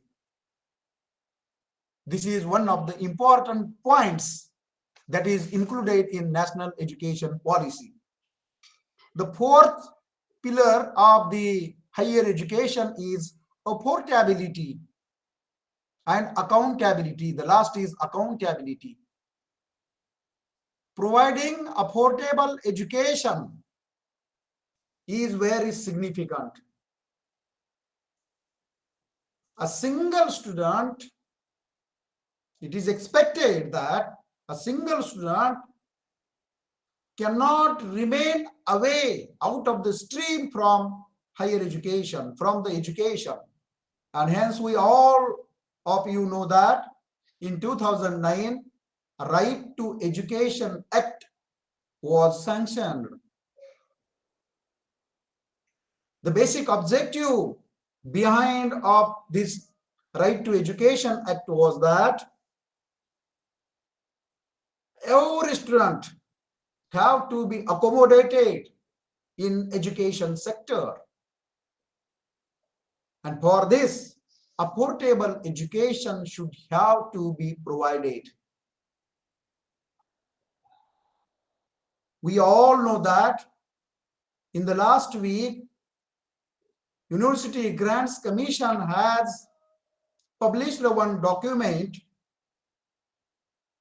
of giving the entry of world famous 500 universities in India. It is stated that these universities will establish their campuses in Indian soil, in which they have no any bondage to design the curriculum, recruit the teachers, and deciding the fee structure in their institutions. What will be the repercussions of these provisions? We must have to look after in the forthcoming years. But my point is that students, a single student should not remain away from higher education. And that is the reason why National Education Policy envisions to provide affordable, accountable, and inclusive, equitable education to all students in India. For this, there are two important provisions that I personally appreciate included in National Education Policy. One, establishing multidisciplinary higher education institutions in the center or near the center of the district place in India.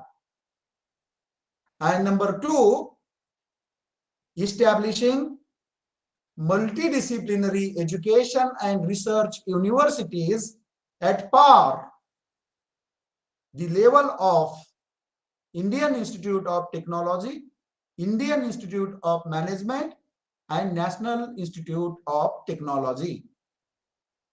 These two provisions, I personally feel that will provide affordable education to the needy and the poor students.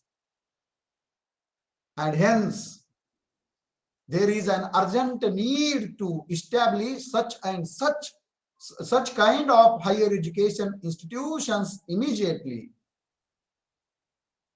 In spite of clustering of the colleges, which the draft is recently published by the state government. The basic 5 pillars of education, namely access, equity, quality, affordability, and accountability. On these 5 pillars, the building of higher education institution is constructed. If any pillar is dismantled, the building of the higher education will also dismantle.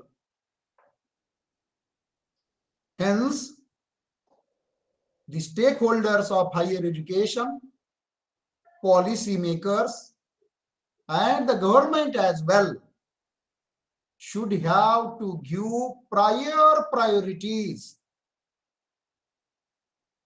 to strengthen these 5 pillars by making the important provisions and implementing these important provisions in toto for providing equitable, inclusive, quality education to all. And I personally feel that the main motto or the main objective of this conference will be succeed. I have already visited Prerna College of Commerce a year ago. My turn. I have really astonished when I saw the teachers, students, principals, director, who are always trying at their level best to provide quality education to all students. Such kind of higher education institutions will definitely implement some of the important provisions in national education policy in a right perspective. I extend my best wishes to the management, to our mentor, Honorable Praveen Joshi sir, organizing team, and I congratulate to all for choosing a very relevant and important topic. Not only the attainables, but the unattainables also. Joshi sir, who is always thinking in a positive manner, he may expect that what are the provisions that can be implemented and what are the provisions that cannot be implemented. Looking from the positive point of view of this national education policy, Prerna College of Commerce will implement some of the important provisions for strengthening their education institutions and making a very important contribution in society. Once again, I extend my best of wishes to the college authority, and I am very grateful to Joshi sir for inviting me for this online discussion. Thank you very much. So our frank view is that whatever are the possibilities and whatever are the impossibilities, we must give a serious consideration to it. Because though many of the experts and scholars, they appreciate the policy, there are certain loopholes also, there are certain drawbacks also. It's not that the policy is not good, but then there are certain obstructions or problems in implementation. So our view is that those obstacles must be overcome to make the policy a foolproof one. And government should show the generosity in regard to the funding to the institutions which are being run on grant in aid base. At present, we simply don't have the funds. We get only salary grant. And with salary grant only, it is not possible for us to introduce the technology, highest possible technology that the implementation of the new education policy demands. We see one thing that earlier in 1968, the Education Commission had recommended 6% of GDP for higher education. But now the government has brought it down only to 3%. So under the circumstances when funding will not be available, such an expensive policy, how can it be implemented? That's the question. Apart from that, there are other issues also which must be sorted out first, and then only the education policy must be implemented. That's our view. So for that only we have invited experts like you who can give their frank assessment about this new education policy. Thank you, sir. Thank you very much for honoring our word. Over to Apsha. Yes, sir. Thank you so much, sir, for sharing your experience with us. You have beautifully explained and guiding us on new education policy and brief about the importance of NEP, basic objectives and components of NEP, and the most important pillar of NEP. Once again, thank you so much, sir, for such an informative session. So hold on a second. We have also with us our moderator, Dr. Abhay Shende sir. Let's hear the brief introduction of the moderator, Dr. Abhay Mahadev Rao Shende. Sir is a principal in Priyadarshini JL College of Engineering, Nagpur. Sir is BE in Civil Engineering, MTech, PhD, and Doctor of Science. Sir has been granted with 2 patents and 7 copyrights. Sir is the recipient of Best Principal of the Year Award for Excellence in Education by International Education Award 2020. The Best Indian Educationist Award for Excellence in Education by the hands of Randhir Singh, Honorable Former Governor of Sikkim at New Delhi. Sir is also a recipient of Bharat Excellence Award by Global Brotherhood Forum by the hands of Randhir Singh, Honorable Former Governor of Sikkim at New Delhi. Sir has bagged a Best Innovation Project Award by Institution of Engineers and Youngest Speaker Award in International Conference. Sir is an assessor of NAC since February 2019. Sir is a life member of various professional bodies such as Indian Society for Technical Education, Institution of Engineering, and Indian Concrete Institute. Sir is an elected member of Board of Studies of Civil Engineering, RTM, Nagpur University. Sir is the chairman of various university affiliation committees such as college merging, college closure, LEC, academic audit, etc. Sir is a member of University Affiliation Committee for preparation of guidelines related to syllabus and examination planning. A committee constituted by RTM Nagpur University for implementation of examination reforms prescribed by AICTE in engineering. PhD Research Advisory Committee nominated by Honorable Vice Chancellor RTM Nagpur University for Lakshmi Narayan Institute of Technology.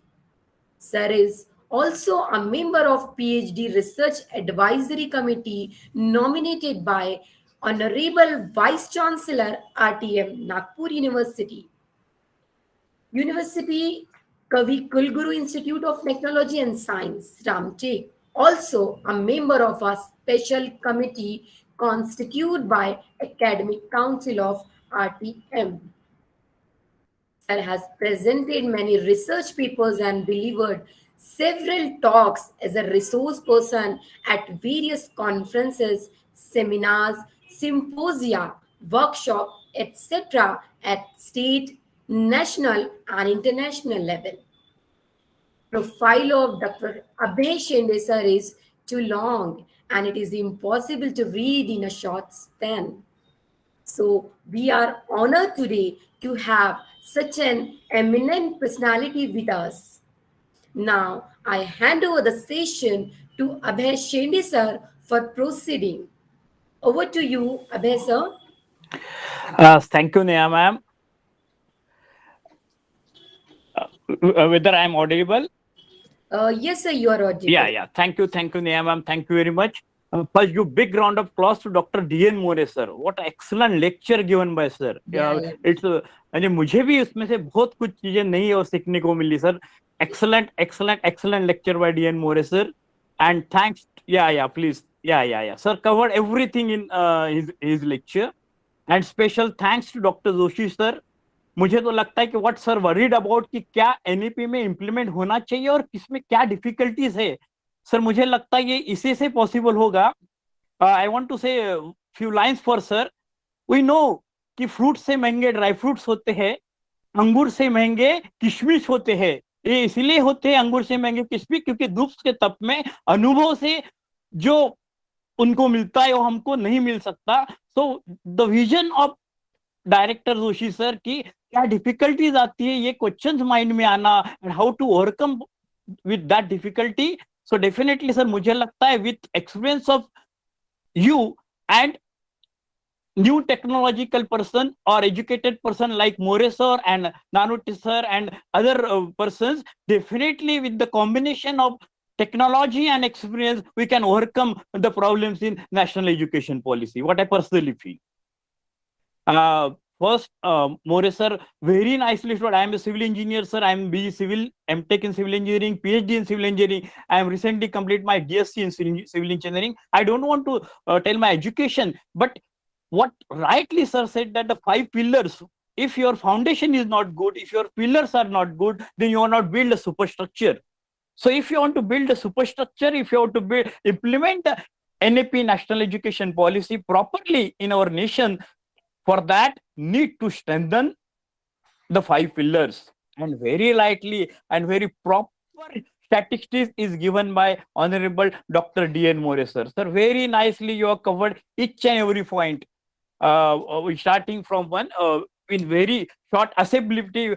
The statistics are very nicely given. In 1950 there are only 20 universities, and now it's 220, more than 1,000 university. Definitely accessibility is increased, but the main concern of sir or our nation is that the gross enrollment ratio is 27.1% in higher education. What is the reason behind that? We need to find out the reason behind it, that, and whether in 1950 there are 20 universities, in 2020 there are more than 1,000 universities. So whether there is a need to increase the university in our nation, ये सोचने की जरूरत है. And gross enrollment ratio need what national education तो उसके लिए हमने क्या करना चाहिए? डेफिनेटली एक्सेसिबिलिटी इंक्रीज होना चाहिए, क्वालिटी एजुकेशन के कॉलेजेस, यूनिवर्सिटी और बढ़ना चाहिए, तभी ये ग्रॉस एनरोलमेंट रेशियो बढ़ेगा, ऐसा मुझे लगता है. डेफिनेटली अदर एजुकेशन ये. Then very nicely second pillar sir, equity, affordable education. Sir that is very important, but sir ने बहुत अच्छे से सस्टेनेबल एजुकेशन डेवलपमेंट यूनेस्को के गोल बताए. In 2030 our nation will be completely sustainable development. उसमें quality education एक parameter है, but सबसे इंपॉर्टेंट पैरामीटर है zero hunger. What is that zero hunger? कि हमारे नेशन का कोई भी पर्सन बिना खाए बिना खाए सोना नहीं चाहिए, zero hunger. And if you maintain that, definitely other questions also मुझे लगता है कि प्रॉब्लम सॉल्व हो जाएंगे. तो with in sustainable goal, quality education के साथ हमने जीरो हंगर के तरफ भी ध्यान देने की जरूरत है. Then what very nicely sir given all the statistics of different state, की महाराष्ट्र में कितना हायर एजुकेशन है, बिहार में कितना है, आसाम में कितना है, गुजरात में कितना है. In Bihar there is only 14.5%, in Maharashtra is more than 32%. So why there is a variation? Definitely excellent statistics given by Dr. D.N. More sir. It's an eye opener for all. But again, what I personally feel, geographical condition of that area also plays important role in that.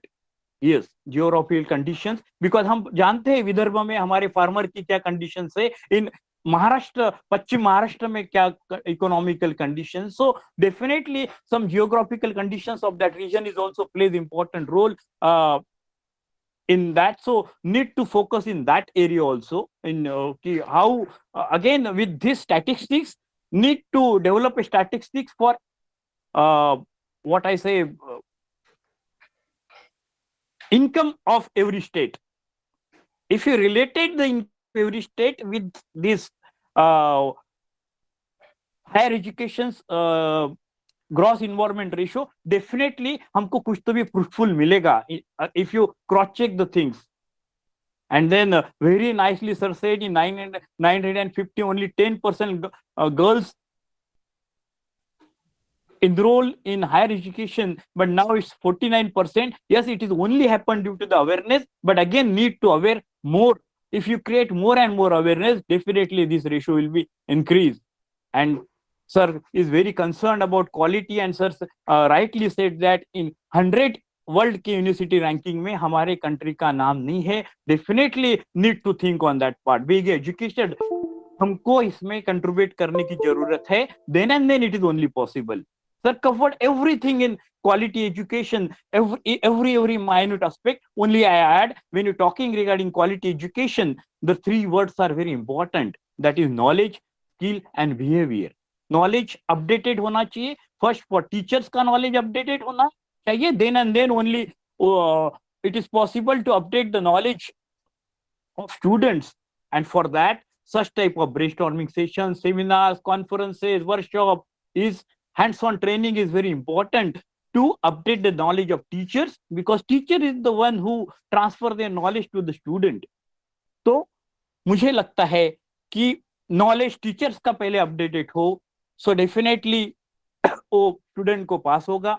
The skill, what you learn in classroom, that you have to use in day-to-day life, skillful होना चाहिए कि student को पता होना चाहिए कि जो हम पढ़ रहे हैं क्लास में, how it is use out of the four walls, day to day life में हम उसका कैसा यूज कर सकते हैं. And most important, if you talking regarding quality education, the most important factor is knowledge, skill and behaviour. Student का behaviour अच्छा होना चाहिए. That is very very important. Being a civil engineer, being a principal of college, I always say कि student, we want a good engineer, at the same time good human being. हमको अच्छे engineers के साथ साथ अच्छे human beings भी चाहिए. तो हमारा सबका पहला with knowledge and skill, what is important कि student को behavior के बारे में भी बताए. behavior implementation के लिए उनको अलग अलग कोर्सेज लिए जाए, उनसे बात की जाए, वैसे उनको मेंटर्स दिए जाए.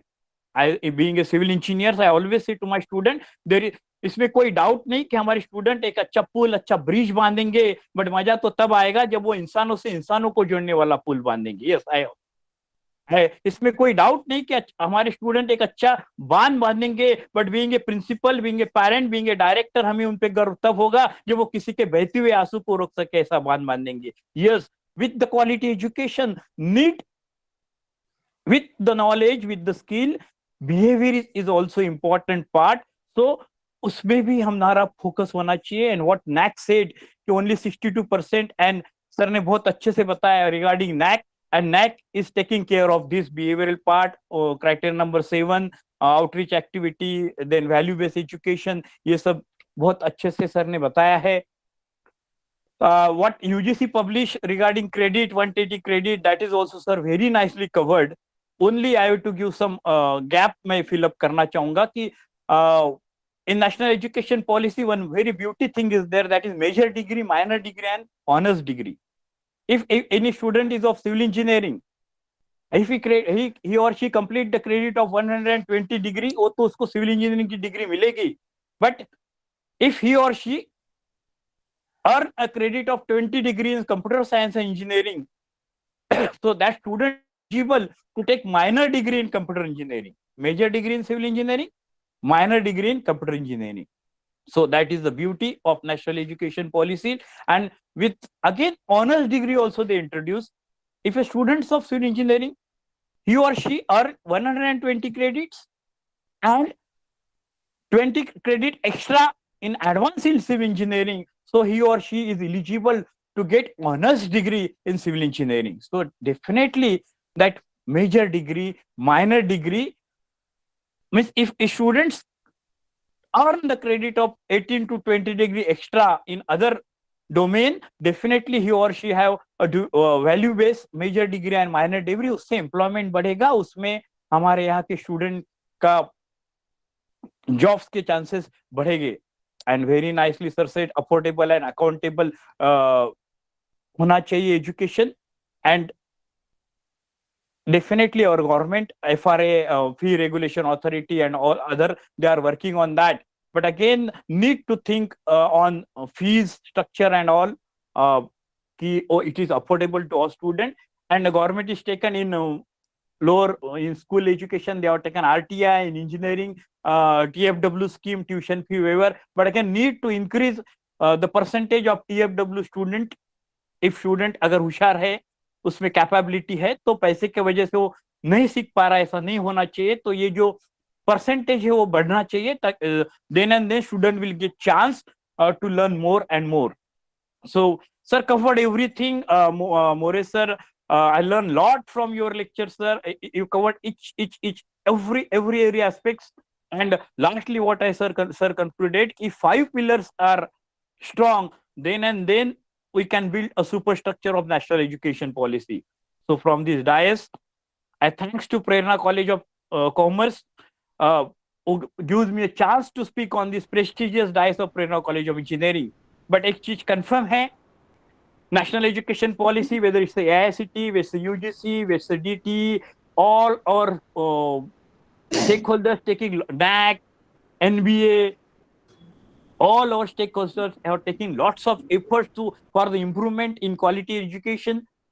What I say in other words and then stop कि हो गई है पीर यानी कष्ट, हो गई है पीर, पर्वत से पिघलनी चाहिए, इस हिमालय से कोई गंगा निकलनी चाहिए. सिर्फ हंगामा खड़ा करना स्टेक होल्डर्स का काम नहीं, सारी कोशिश है कि ये सूरत बदलनी चाहिए. मेरे सीने में नहीं तो तेरे सीने में सही हो कहीं भी आग, लेकिन देश सेवा की आग होनी चाहिए, देश सेवा की आग होनी चाहिए. With this thank you very much. बहुत बढ़िया सर, बहुत बढ़िया, first class. Hats off to you both, More sir and Shende sir. Thank you so much, sir, for summarizing the session in such a lucid manner. I hope we all will take your suggestions and implement it in our teaching profession. More sir and Shende sir, we have some questions from participant side. If you permit me, can I ask? Yeah. From Mahesh Naugare sir, he asked how to overcome language issue in higher education if primary education student has freedom to choose their language of education according to NEP. How to overcome language issues? No, it's easy. हम बोलते कि जो भी हमारा mother tongue है, we can grasp the things very अच्छे से, हम आसानी से उसको ग्राफ्स कर सकते हैं. Weather is the hard word भी है, बच्चा आइसक्रीम तो भी वो 1 साल का या 1.5 साल का बच्चा he spoke sir I want ice cream. तो डेफिनेटली ये मदर टंग में अगर आप पढ़ते हो तो ये इशू 100% ओवरकम होगा इनिशियली, क्योंकि अंडरस्टैंडिंग अच्छी होगी.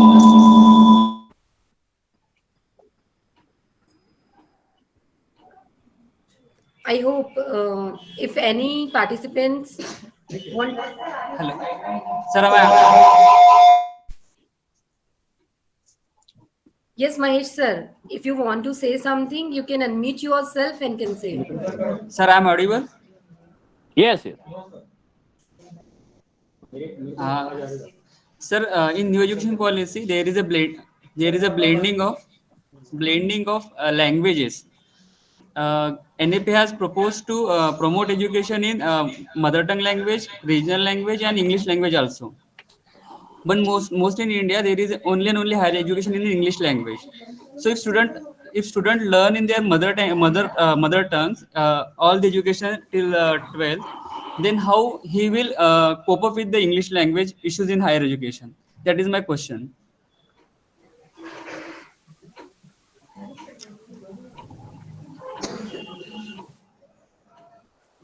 Is this question for More sir?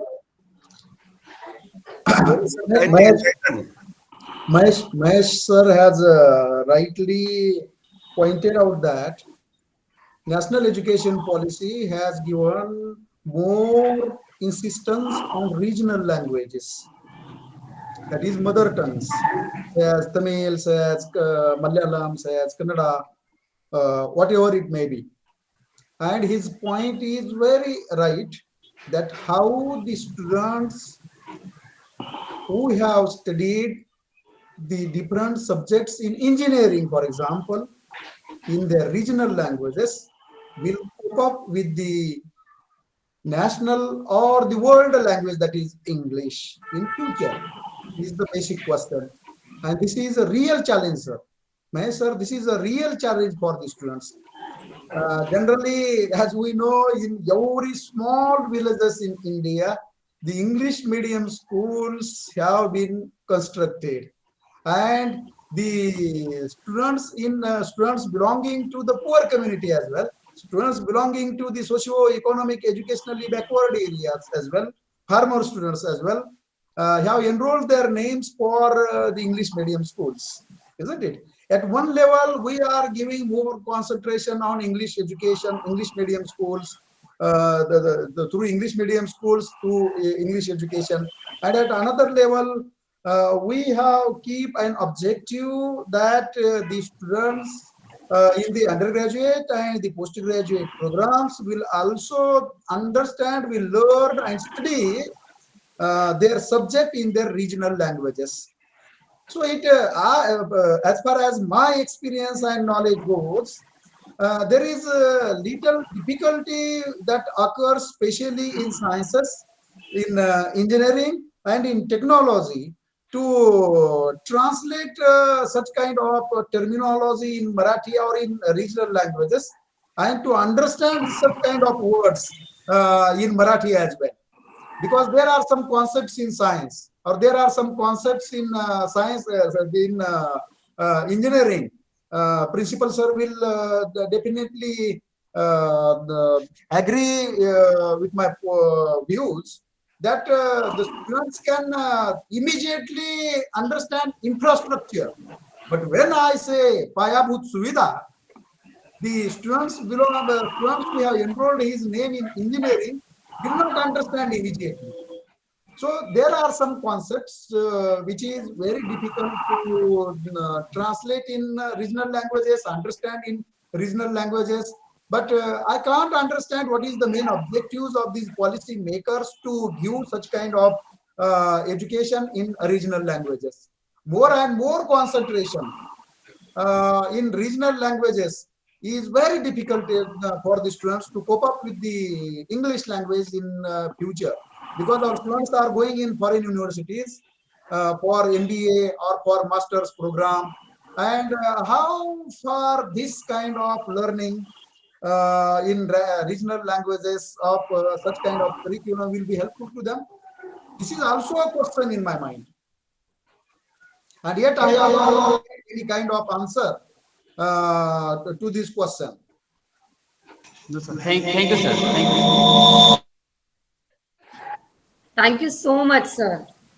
Once again, I thank you, Dr. More sir and Dr. Abhay Shende sir. Thank you. Sure. Thank you very much. With the permission Have a nice of, day. yes, sir. With the permission of Chair, Ayafsha Khan, take your leave and call to Miss Priya Godbole to propose a vote of thanks.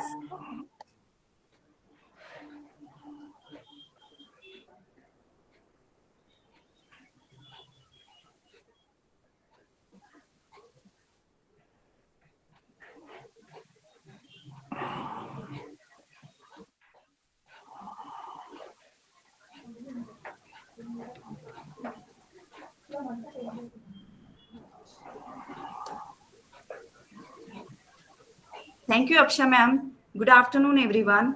It's my privilege to propose a vote of thanks on the first day of two-day national conference on new education policy, the attainables and unattainables. I'm Priya Godbole from Department of Computer Science on behalf of Prerna College of Commerce. We stand here to express gratefulness and to conclude the first session of national conference. First and foremost, I would like to thank Dr. D.N. More sir, our honorable resource person, who have enlightened all of us on the topic, the 5 pillars of new education policy: accessibility, equity, quality, affordability, and accountability. Thank you very much, sir, for such an enlightening and enriching session. I extend my heartiest thanks to Dr. Abhay Shende, sir, honorable moderator of this session, for expressing your sincere views and sharing your valuable knowledge with us. We would surely love to learn a lot from you in future too.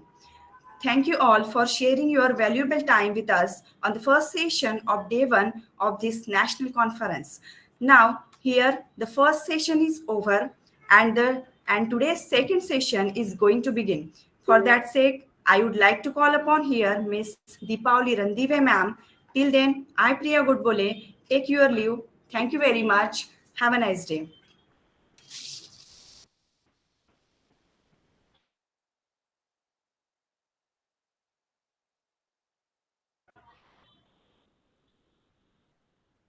More sir, thank you very much. Shende sir, thank you very much. Thank you, sir. Thank you.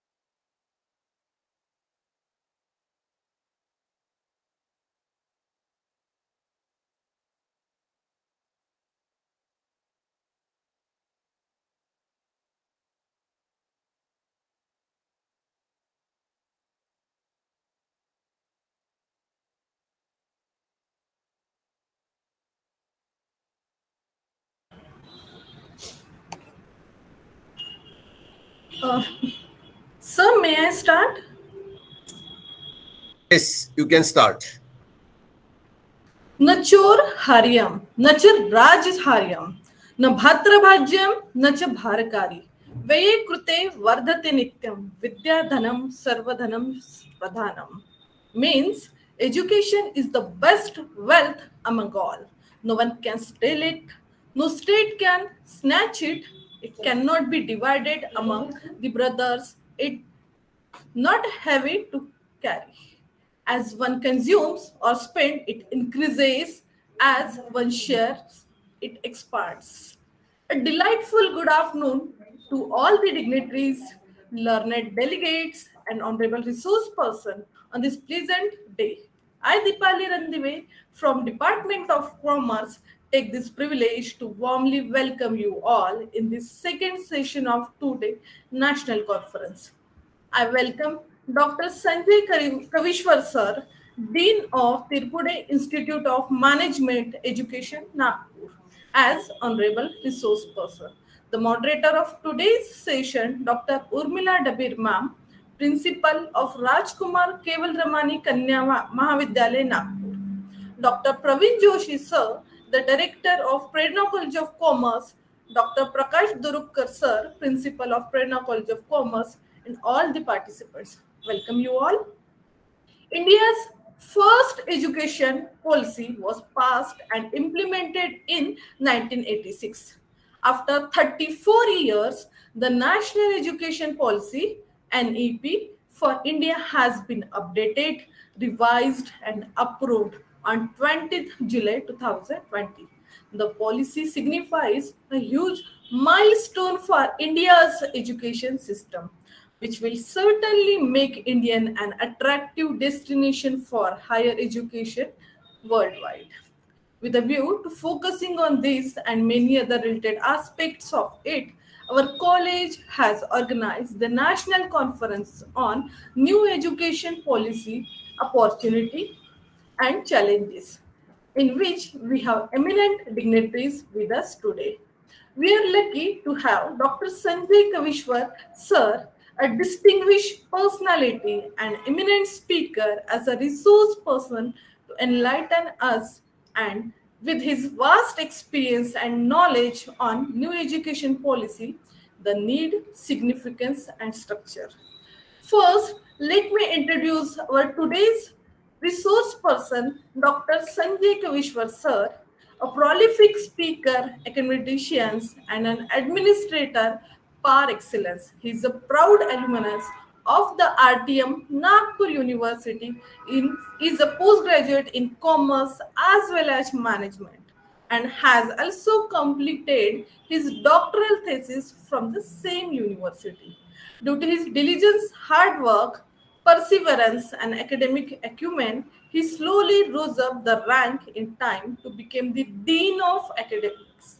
Sir was associated as a full-time faculty at Tirupudi Institute of Management Education since last 21 years. He also published numerous papers in international and national journals. Besides completing two major research projects and successfully guiding 11 research scholars in pursuing their PhD. He served as the chairman, Board of Studies, Business Management and Business Administration of RTM Nagpur University. In August 2021, Dr. Sanjay Kavishwar Sir was appointed as a Dean, Faculty of Commerce and Management in Nagpur University. So hold on a second. We have also with us our moderator, Dr. Urmila Dabir ma'am. Let's hear the brief introduction of Dr. Urmila Dabir ma'am. She is a great academician. Presently, she is the head of Department of English and principal of Rajkumar Keval Ramani Kanya Mahavidyalaya, Nagpur. Madam has 33 years of rich teaching experience at PG and UG level and has 15 years of administrative experience as a principal. Madam is nominated and elected as chairman, coordinator, and member on various committees of RTM Nagpur University. Madam has published various books in various publication house and research paper in reputed international and national journal and worked as editor in reputed journals. She conferred various honors award including Dr. R. Krishna Kumar Gold Medal for Best Principal by RTM Nagpur University in 2019, Best Teacher Award by Rashtrasanta Tukroji Maharaj Nagpur University in 2013, Educational Excellence Award by Indo-Thai Forum for contribution in the field of education in 2011. She is first program officer from Rashtrasanta Tukroji Maharaj Nagpur University and first female program officer from the state to receive this award. We are honored today to have such eminent personalities with us. I request Dr. Sanjay Kavishwar sir to speak on his topic, New Education Policy, the Need, Significance and Structure. Over to you, sir.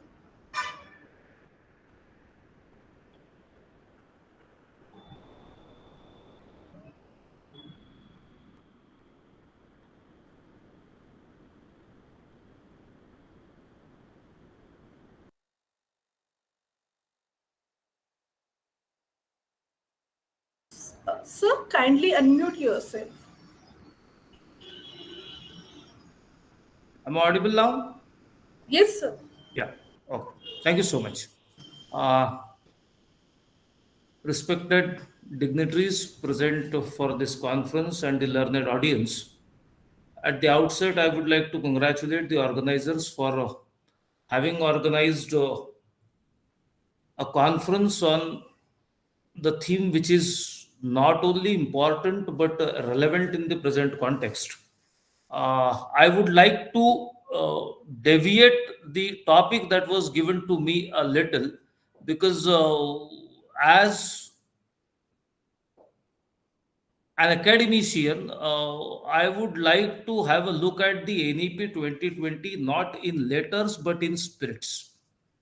And when I've gone through this NEP in total, I mean, as a part of my duty, obviously, not because I'm a studious person, etc., but as a part of my duty, I'm playing a role of academic administrator.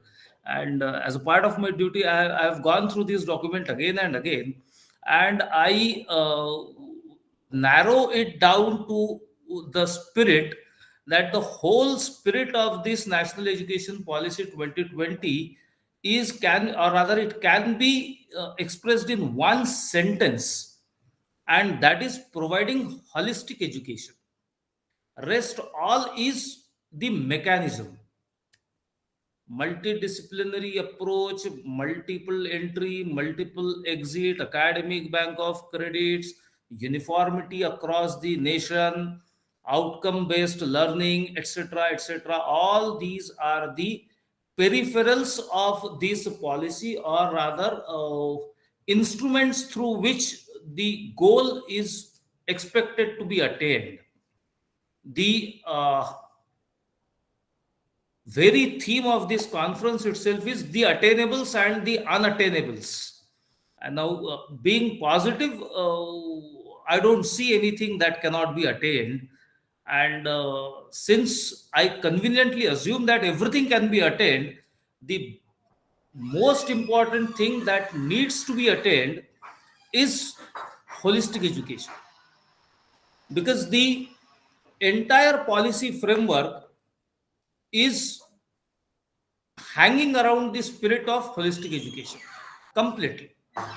If you look at it, it is holistic education. Achha, holistic education is not something which is very new to us or very strange to us, rather. I mean, if we have a look 100, 200 years ago, the kind of education system that prevailed in India at the time of Nalanda and Takshashila, etc., we have always been the front runners as an Indian education system. We have always been front runners in providing holistic education, creating a responsible citizen, molding a rational human being, rather a sensitive human being, has always been the objective of education in India. Now, why we felt a need for change in the education policy and to come up with something new? Was the earlier education policy not so effective, or had it lost its relevance? Had it had lost its purposes? Is that the case? The case, in my opinion, is not that. The earlier policy, which has been mentioned just now, that was introduced in 1986, I guess, was also equally relevant, equally good, equally important. At least we cannot say that it wasn't effective, because we all are product of that policy. We have taken our education, we have learned, we have taught, we have made our careers, we have made our lives, which were basically molded according to the framework prescribed by the earlier policy. So there was nothing wrong in the earlier policy also. What happened actually, that over a period of time, we have diluted certain aspects for various reasons, many of which are known and plenty of which are yet not known. We have diluted the very purpose. We have mechanized the education. We have tried to standardize education, because in my opinion, education is primarily a personal need. Every child has a different learning need, different learning style, different learning approach, different learning attitude. Every child has different. And what we have done in the process of making education accessible,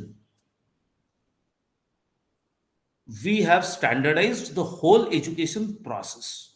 And in the process of standardization of this education, probably, I don't claim that, but probably the very purpose has started being diluted. Over a period of time, gradually the purpose is being diluted, and hence then we thought that, okay, this policy is not yielding the results it is supposed to yield, and hence we need some reform. And then the government started brainstorming, and this policy came into existence. Obviously, the policy is an extraordinarily excellent policy, no doubts about that. But again, fact remains, only document has changed. What about the mindset of people who are going to implement this document? What kind of change in the mindset of people, what kind of change in the ecosystem of learner or education in a larger perspective is envisaged, rather is needed?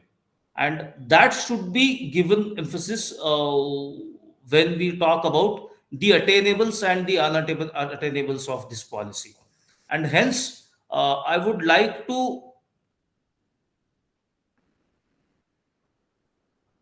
wait a minute, I'm just sharing my screen.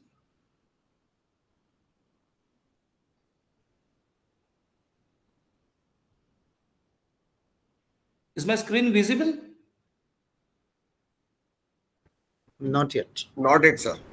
Now it's visible. Yes, sir. Now it's Visible. Okay. Thank you so much. So actually, I'm talking about the holistic development of a child, which is the ultimate purpose of this particular policy.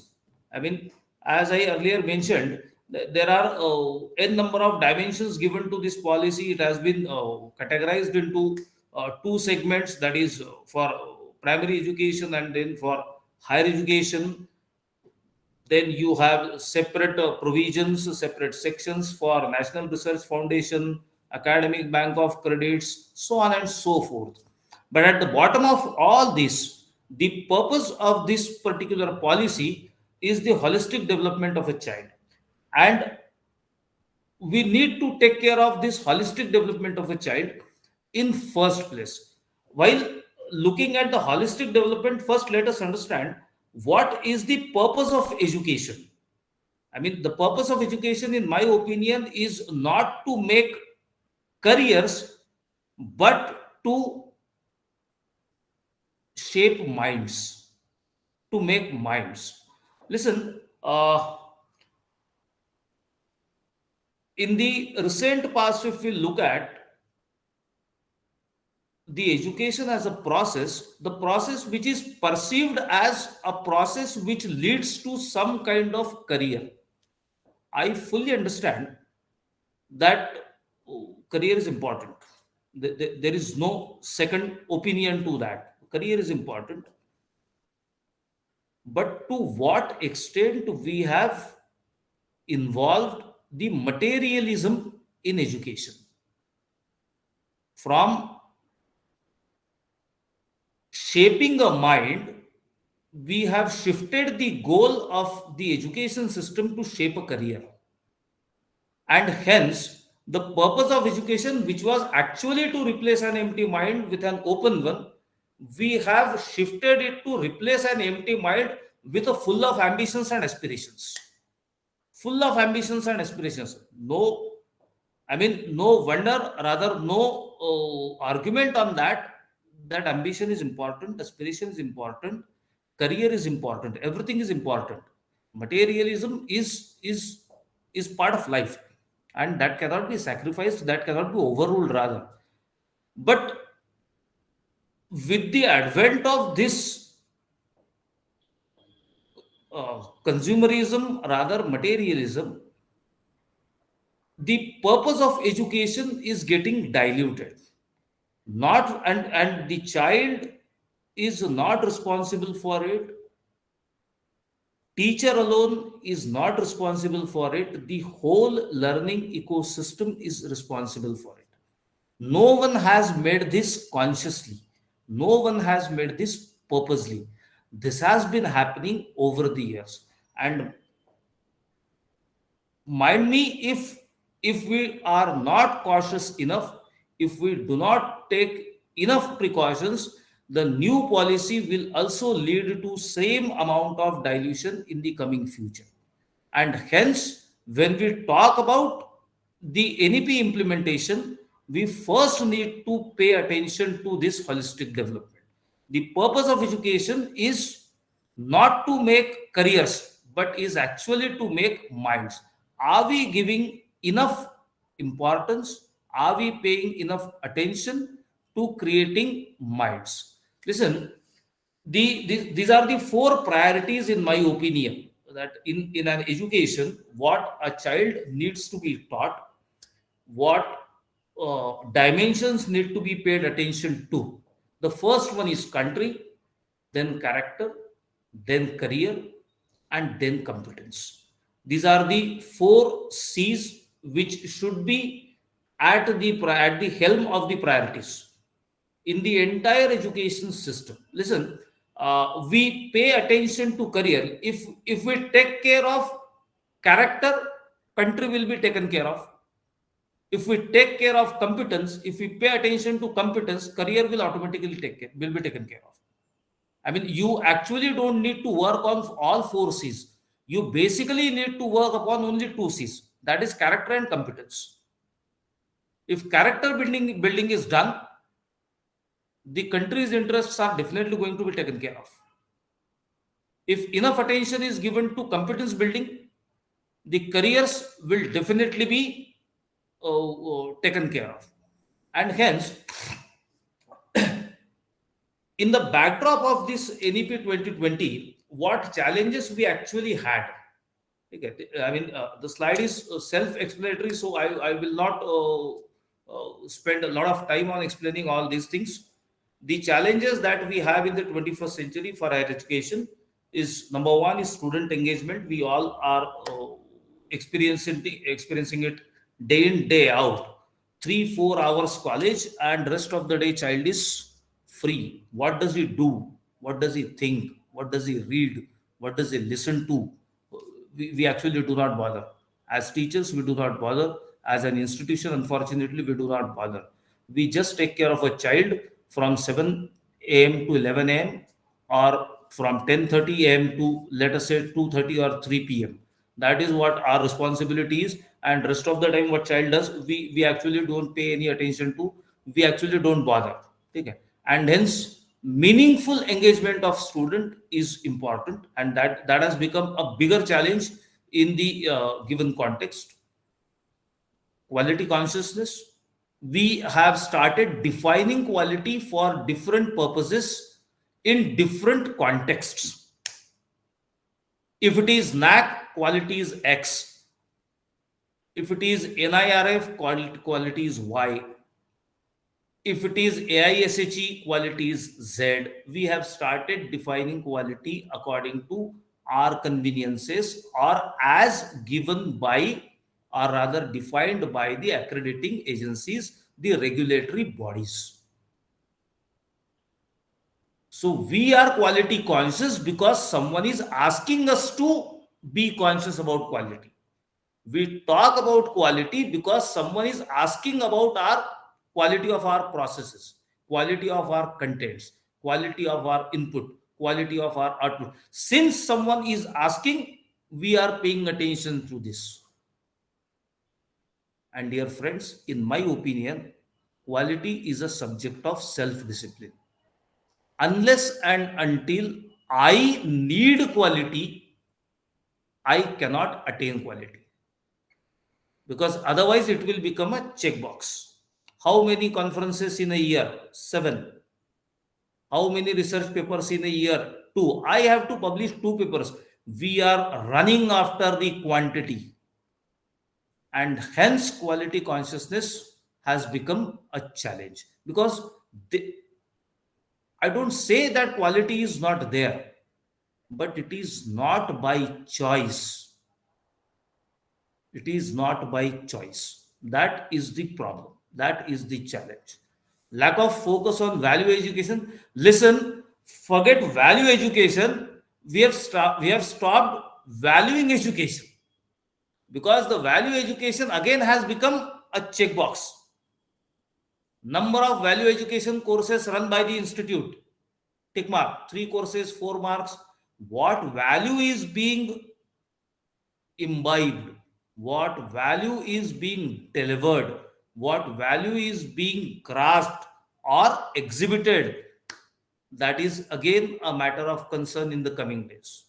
We all always know that the employability skills of our graduates have always been in the news, and that is another challenge. Our assessment methods have become redundant because they don't assess students actually. We all know that what is our back of our mind when we set a question paper, less said is better. We all know what is at our back of the mind when we read the answer and try to give marks or evaluate it. We all are aware of that. Less said is better. And another challenge is a standardization of education. That I just have explained this, that it is a personal need. If you are designing a curriculum for 40,000 students, how can it be justified? How can it be justified? There are 25,000 students taking admission to BCom curriculum. There are 7,000 students taking admission to BBA curriculum. And I am giving one single curriculum for all those 25,000 students.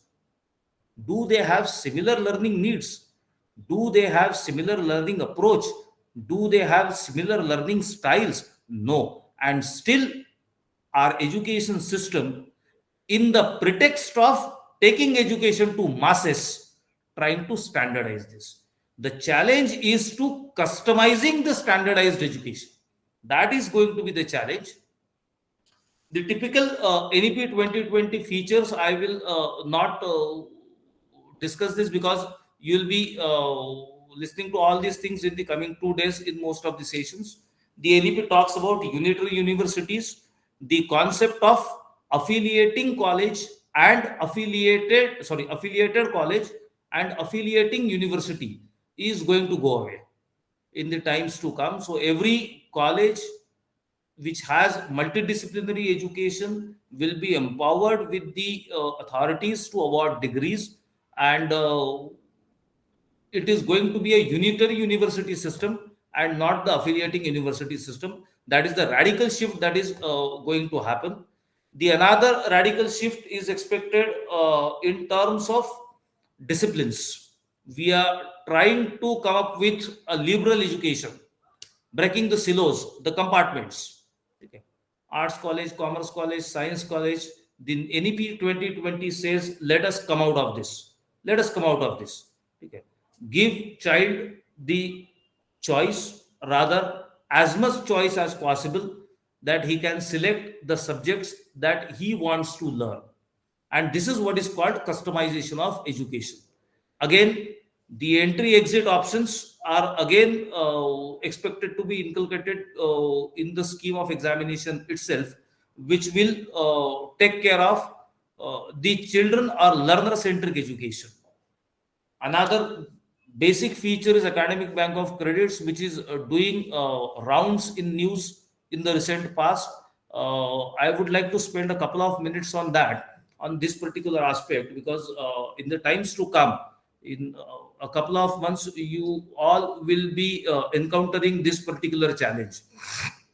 That UGC has come up with this bank, ABC, Academic Bank of Credits, wherein every child will have to register as a learner on this ABC, Academic Bank of Credits, using your DigiLocker portal, or otherwise it is possible. You will get a particular ID, that is ABC ID, which will be captured by your university.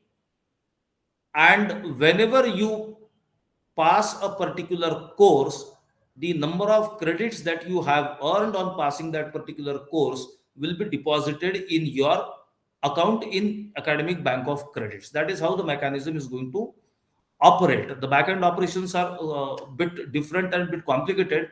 Let us not get into this at this point of time.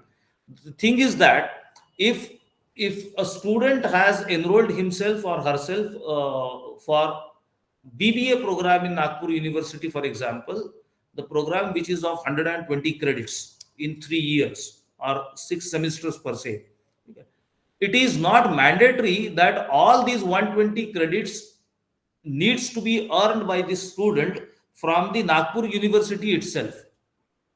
A student may earn 6 credits from, let us say, YCMOU. A student may earn 10 credits from, let us say, SWAYAM, and 4 credits for NPTEL, and 3 credits from IGNOU, any platform the child wants, any platform. But wherever he undergoes the course, studies the course, and appears examination, the concerned authority, the concerned university will again capture the same ABC ID of the child and will credit the number of credits earned to his account. So whenever child becomes eligible for award of BBA degree with 120 credits, all these credits which have been deposited to his or her account will be used, rather will be redeemed for awarding him a degree.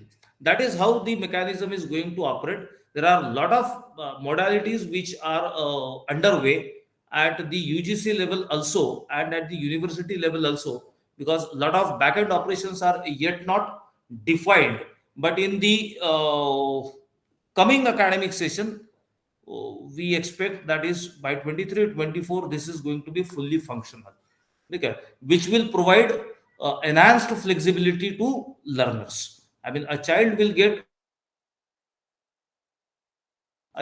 be able to select the courses he wants to learn and take up the platforms where he wants to learn.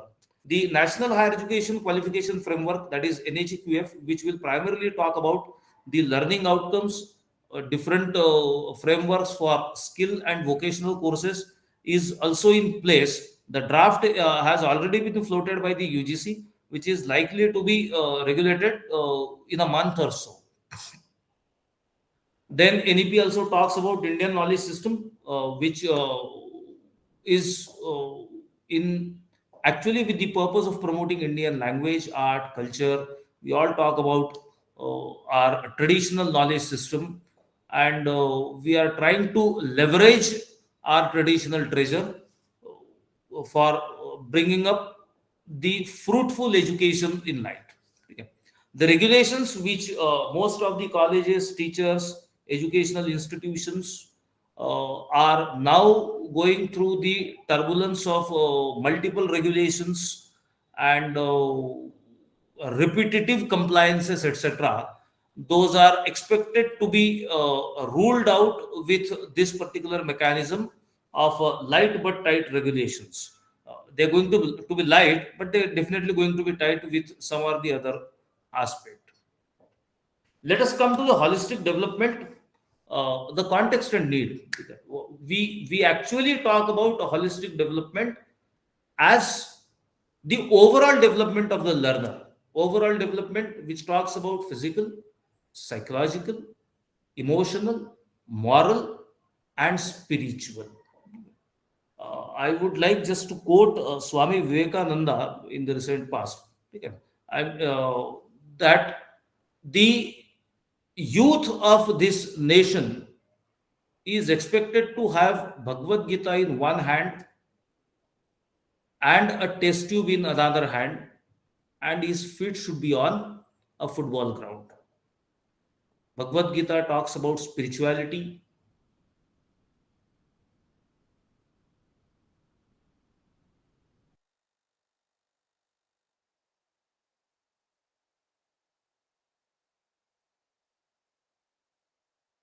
Physically fit, with a competitive spirit, with an overall development approach.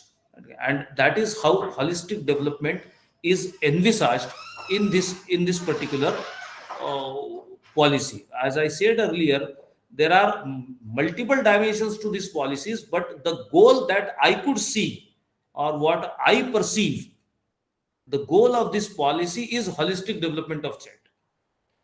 The other regulations, the other provisions, the other small objectives of this policy are to be taken as instruments to attain this goal of holistic development of a child. And hence, a child needs to be developed in all these parameters, on all these parameters. There has to be physical development, psychological development, emotional development of a child, moral development of a child, and spiritual development of a child. Now, what are these components? What are the components of this holistic development? The components are primarily the self-awareness, very few people are actually aware of themselves. This is a fact. Okay. We spend least time on ourselves.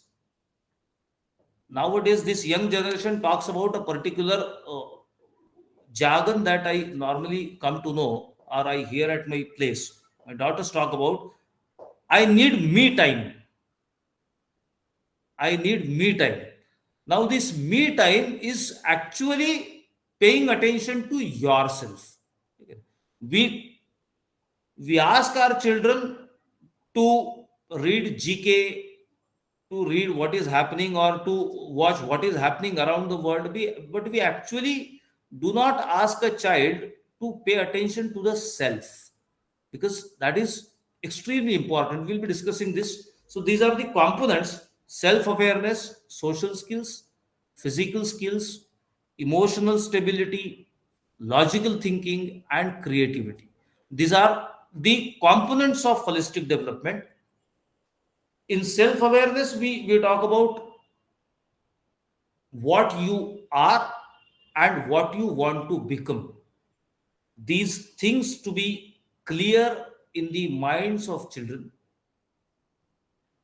Totally clear, no confusion.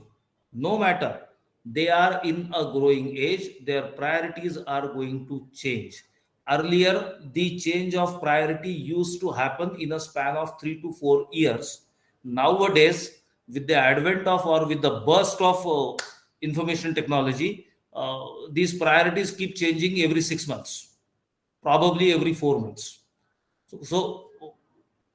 But having said this, there has to be a conscious effort in the education system itself, that a child needs to be given an insight that who you really are and who you want to become.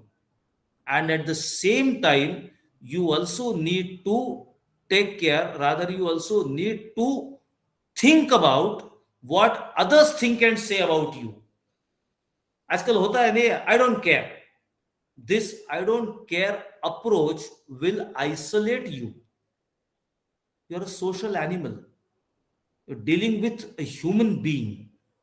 So I just cannot do away with this, or I just cannot afford this approach, rather, that I don't care what people think about me.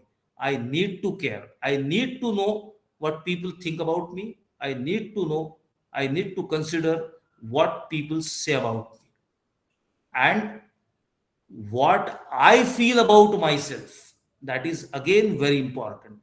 Okay, this is all is having a kind of spiritual inclination when you talk about self-awareness. But in the current education system, right from, I mean, specifically in higher education, in school education, there is some quotient nowadays which is seen, but in higher education, where this is extremely needed, this self-awareness is absolutely missing.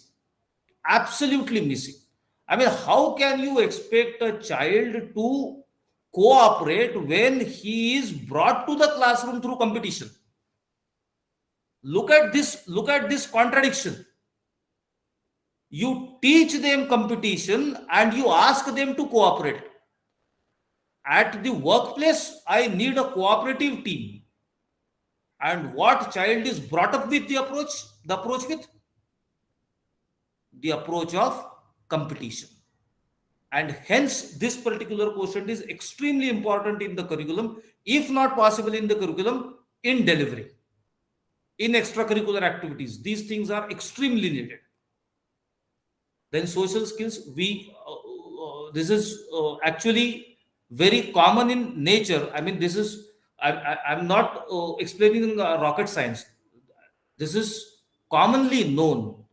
The only thing that I am trying to reiterate is we need to take care of these skills when it comes to grooming our children at colleges, at homes even.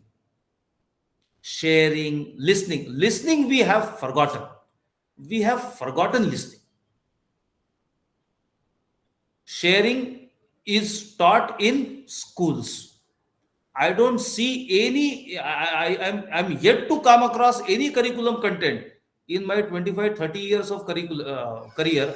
I'm yet to come across any content in any curriculum which teaches a child sharing, following directions, cooperating, patience, empathy. We talk about sympathy, but we hardly talk about empathy. Empathy is extremely important, actually more important than sympathy.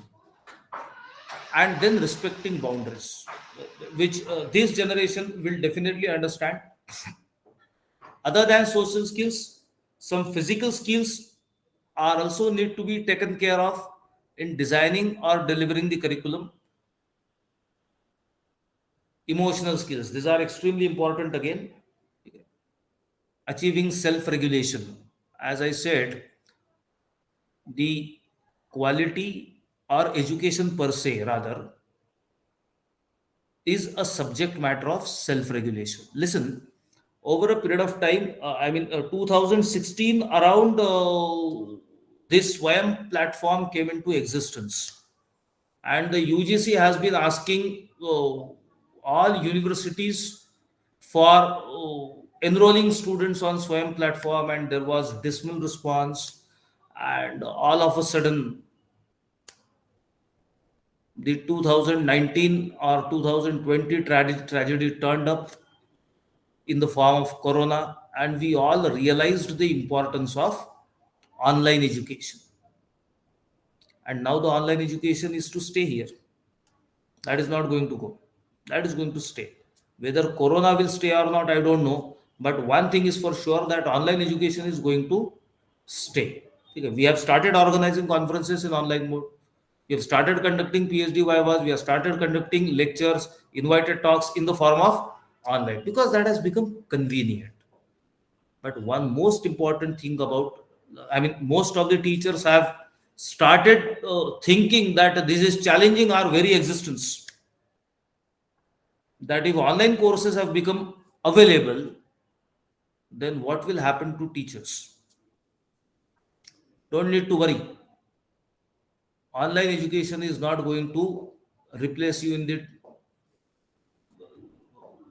close near future, because this education is primarily for self-motivated learners. Unfortunately, we are a society of forced learners. We hardly have 5-7% self-motivated learners in our society. Most of the learners are forced mode learners. पढ़ाई कर ये बोले बगैर हम पढ़ते नहीं. Organise conferences NAAC बोलता है इसलिए हम करते हैं. Organise blood donation camps NAAC बोलता है इसलिए हम करते हैं. We are forced learners. हम उस सोसाइटी में. So it is a matter of self regulation. And you cannot self-regulate the institute. You cannot self-regulate the university or the education system. You have to teach, or you have to inculcate the self-regulation into the child. If this generation becomes self-regulated, things will automatically fall in place. Being tolerant to confrontation.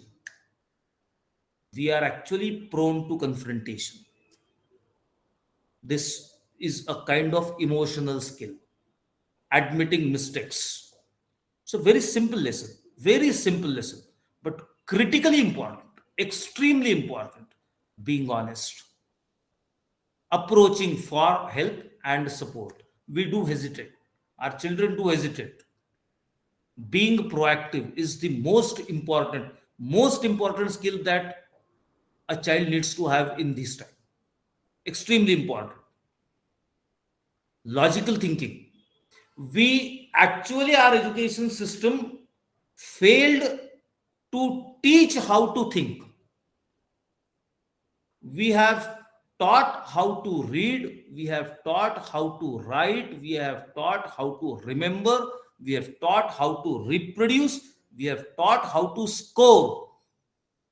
We have massively failed in teaching how to think. Because while thinking or while sharpening your thinking skills, you need to have some basic skills. Active listening skills हो गए, reading skills हो गए, research skills हो गए. All these need to be made part of our curriculum in some form or the other. That is the need. Unless and until this is attained, the NEP is not going to do wonders. That cannot be expected unless and until this is attained. Creativity is again another aspect of holistic development. You need to encourage children to experiment. You need to tolerate their inquisitiveness. You need to encourage their inquisitiveness. You need to promote lateral thinking amongst them. And you need to talk in problem solving methods. You need to talk in problem solving methods. Do not pose problems. Do not pose problems in front of children. Try to provide solutions. Learning ecosystem is the basic context of this particular session, in my opinion. Okay. There's a great saying by Swami Vivekananda: you cannot teach a child more than you can grow a plant. Listen, so very small sentence, very small quote, but has loads of meaning, loads of meaning. Can we grow a plant? No, we cannot grow a plant. On the contrary, what our role in growth of a plant is on negative side. We remove the hurdles that obstacles the growth of a plant.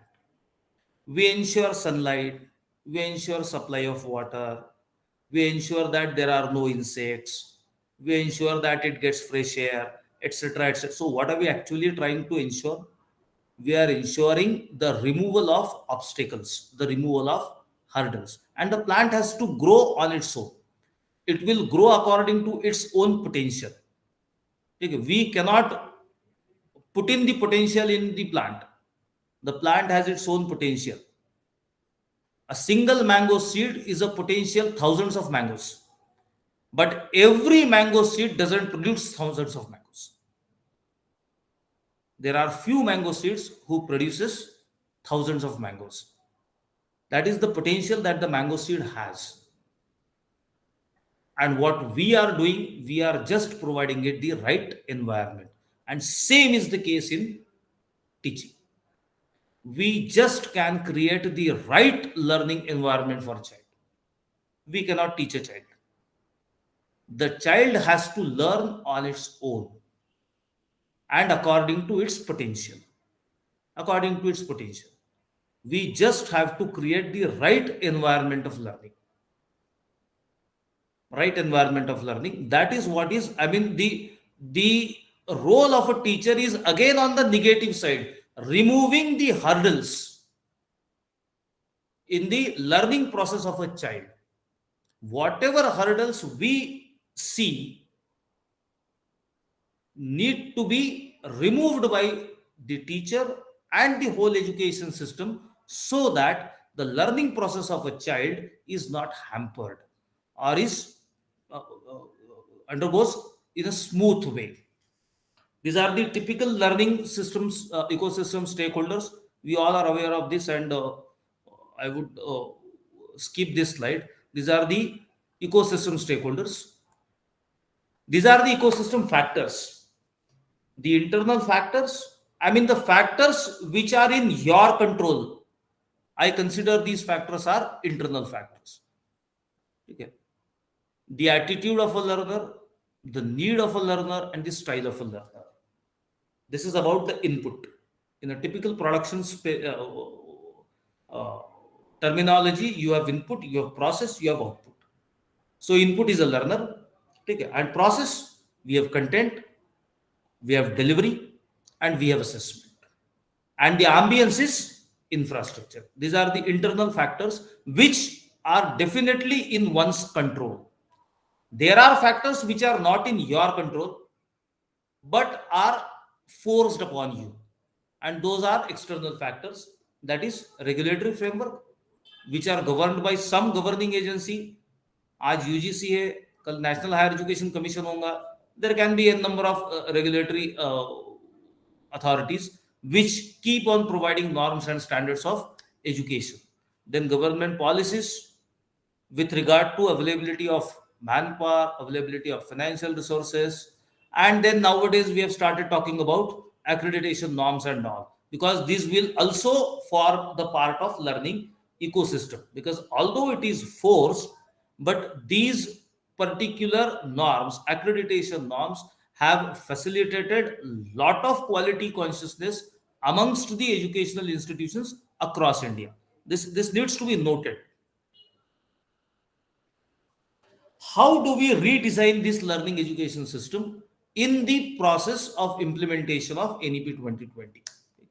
We need to assess learning needs and styles, which we have never been paid a serious attention to this. We need to assess learning needs and styles. This is what is customization in standard product.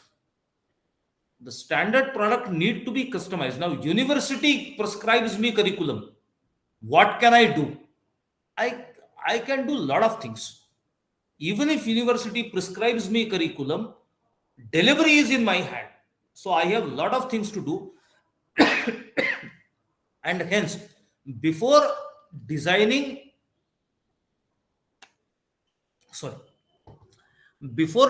the delivery mechanism, I need to understand the ability of children to whom I am going to deliver this curriculum. I need to understand their learning needs. I need to understand their learning styles and plan my delivery mechanism accordingly. As I earlier mentioned, inculcate cooperation, not competition. Not competition. Okay. Keep learner at the center. This is one line. This one line is extremely important. Okay. NAC is time and again asking for student-centric. This NEP is all the time talking about learner-centric. How are you going to put the learner at the center? How exactly that is going to happen? There are 100 ways, probably 1,000 ways you can do this. The only thing is that we need to have an intent to do this. Listen, when it comes to preparing a timetable, when it comes to preparing the lecture plan, when it comes to preparing the examination timetable, whether it is a college, whether it is an university, everyone is putting administrative convenience at the center, which is extremely unfortunate. Extremely unfortunate. Unless and until you put child at the center, how can you come up with a student-centric policy? How can you attain the goal of holistic development? You have to put the child at the center. The content needs to have specific outcomes. This is how we can do this. Cut the clutter. Every syllabus, every unit has something written like meaning, scope, importance, merits, demerits. Why? Why are we putting all these things into the curriculum? A child can read if he wants. What is my objective? If I write a unit for a curriculum in business communication, the outcome is student will be able to write a flawless letter, business letter. This is the outcome. Now, to make him able to write a flawless business letter, why do I need to teach him what are the types of communication? What are the barriers in communication? Why? We are unnecessarily adding clutter, and this clutter is making things complicated because we don't put learner at the center. what is his problem in writing a flawless business letter that needs to be understood, and in accordance to that, the delivery method need to be devised, cater to the overall needs of children.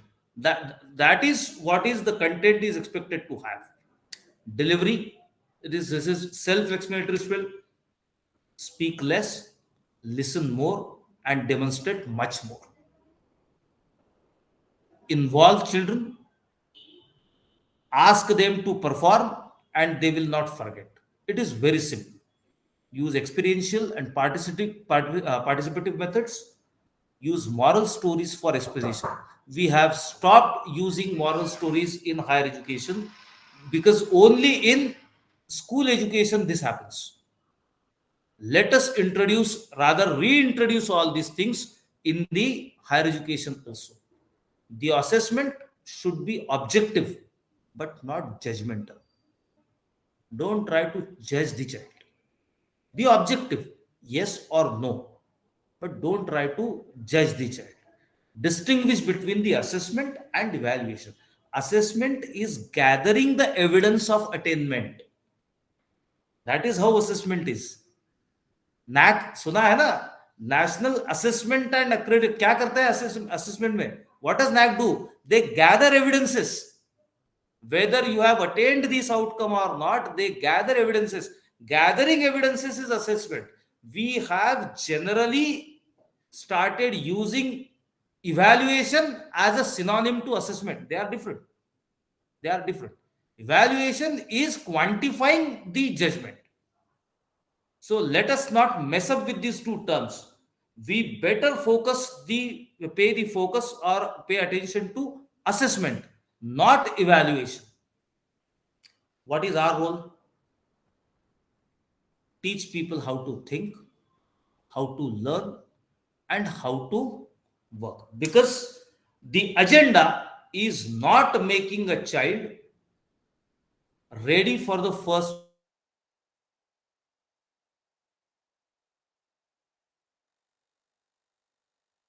The second job also, the third job also, and probably the fourth job also. That is what is called developing lifelong learners. The role of a teacher in content should be proactive. Don't need for universities action and then reacting it. No. That is not needed. The approach should be proactive, because whatever university has prescribed, that is the minimum curriculum. Who stops you going beyond that? No one is stopping you. So why can't you come up with your own agenda? You can. Try to be innovative when it comes to delivery, and try to attain the objectivity in assessment. Look at the child as a whole individual, not only at his intellect.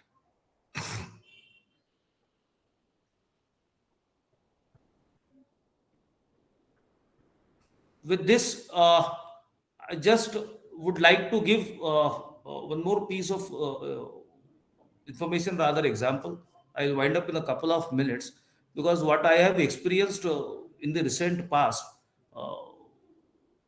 the disadvantage or demerit of lack of holistic education is primarily no concern about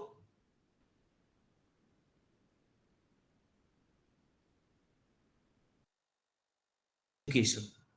Listen, for example, a child who takes admission in mechanical engineering at VNIT. Now, we all are aware of what VNIT is.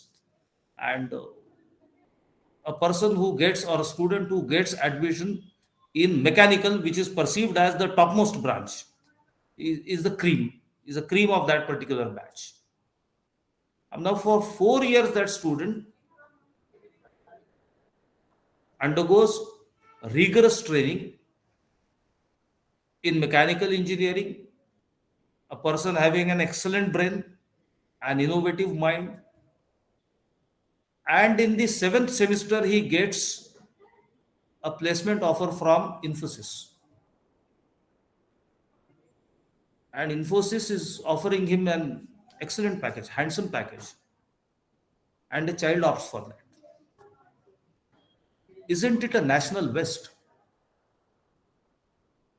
Isn't it? It is. It is a national waste.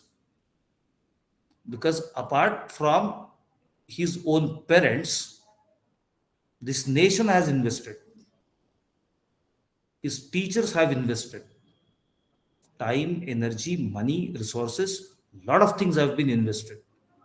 And now this excellent brain is giving away the shop floor for air conditioned cabin. And if these kind of brains are not on the shop floor, how innovations in manufacturing are going to take place? If innovation doesn't take place in manufacturing, how are you going to scale up your production?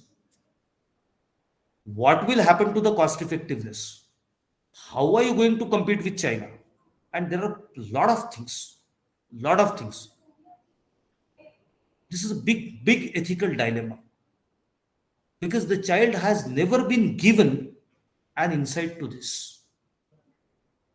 And this is just because we have failed in providing holistic education. Because this consciousness was never created. And hence, the holistic development is extremely important in the present context.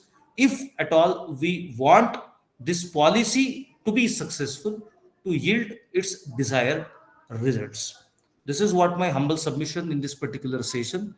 I thank Dr. Praveen Joshi for giving me this an opportunity to share my views on this before this August audience. And thank you so much, Prerna College of Commerce. Thank you so much. Excellent delivery. Marvelous presentation. That is how I sum up. Thank you so much. This session with rich contents. Adjectives will fall short of it.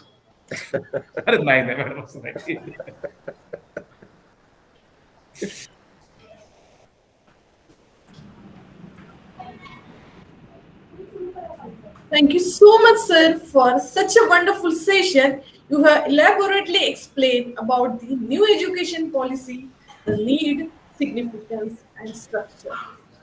Now, I request Dr. Urmila Dabir ma'am to summarize this session. Over to you, ma'am. Honorable Dr. Praveen Joshi, Director, Prerna College, the resource person, Dr. Kavishwar, and all the participants.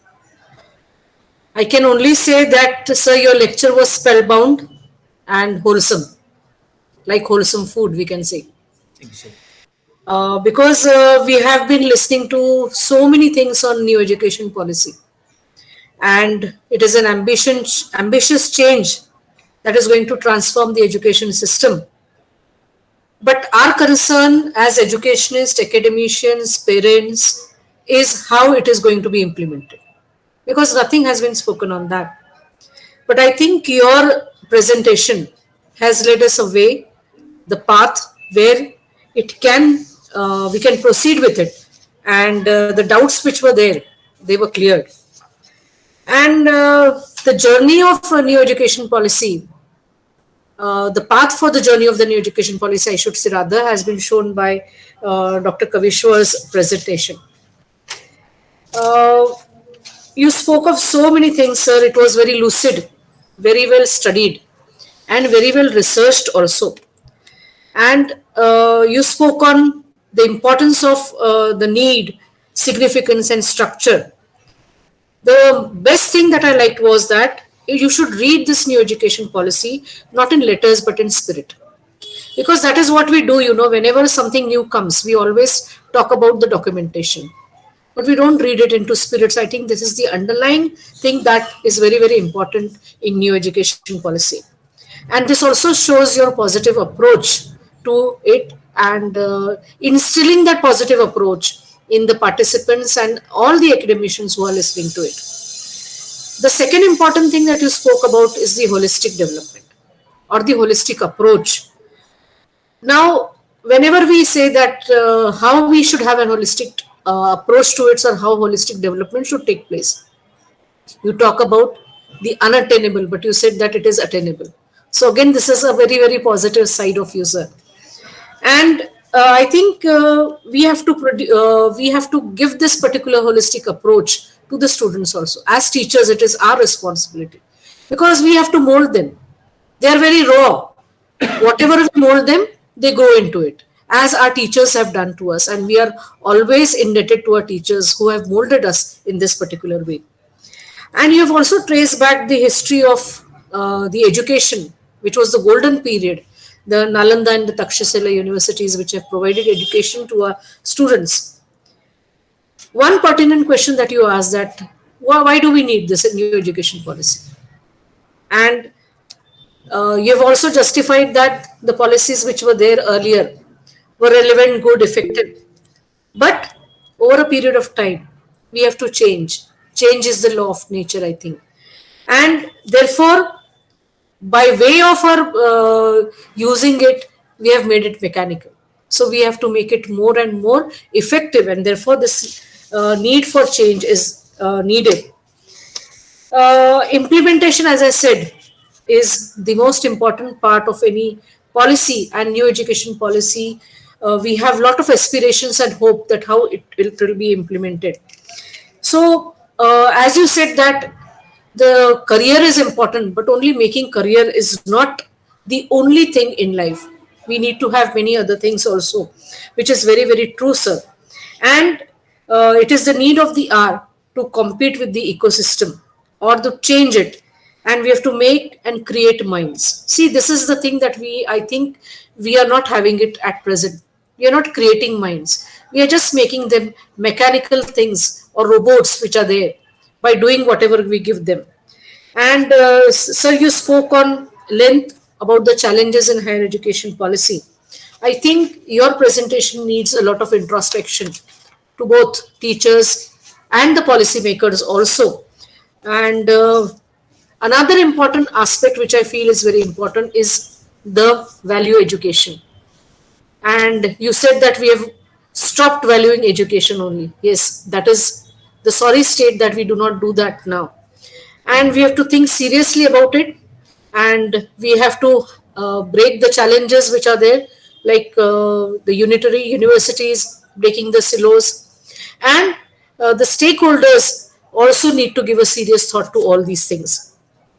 Sir, your information on ABC and how to get credits is extremely important, because I think the students are groping in dark, and therefore your presentation has shown a light and how they should be aware of getting the credits from different things which are there. And NEP also speaks about provision to promote the Indian tradition, because I think whenever something comes from the West, we accept it. Even yoga came from West and we accept it, forgetting that it is our own thing. So we have to have this promotion of art, culture, language, etc. in the view of the new education policy. You started with the holistic development and you ended with that also. And I was really impressed by the example of Swami Vivekananda that you gave, that we should have Bhagavad Gita in one hand and test tube in the other, and you should kick the football also. So that is the holistic development. In one sentence, that is the need of the hour. Me time, yes, it's really very important. I think we did not get me time. So our students should get that, which is really needed for them. And we get a me time when we retire from our services. So I think the students should not be devoid of that me time which they needed together. So we have to inculcate all these things in our students. I think NEP is not a magic wand. We have to change it into a magic wand. And by developing logical thinking, creative thinking, and we have to ensure the renewal of the hurdles, as you said, so that they can grow, they can nurture, and they can flourish. And we have to provide a right environment as teachers to them. We have a lot of responsibility for that. And students have to be at the center. It was indeed a feast to listen to you, Dr. Kavishwar. Your presentation has cleared many doubts and has paved way to see new education policy in a new light. Thank you very much, and lots of congratulations. I'm thankful to Dr. Joshi for giving me this opportunity. Otherwise, I would have missed so many important things. Thank you, sir, very much. Thank you. Kavishwar sir, I would like to ask a simple question. Yes, sir. It appears that the Western influence on our education policy is very prominent in many ways. Yeah. And multiple exits are there. For example, in first year somebody leaves, that is certificate course. In second year somebody leaves, that is diploma course. But will there be jobs demanding this kind of qualification?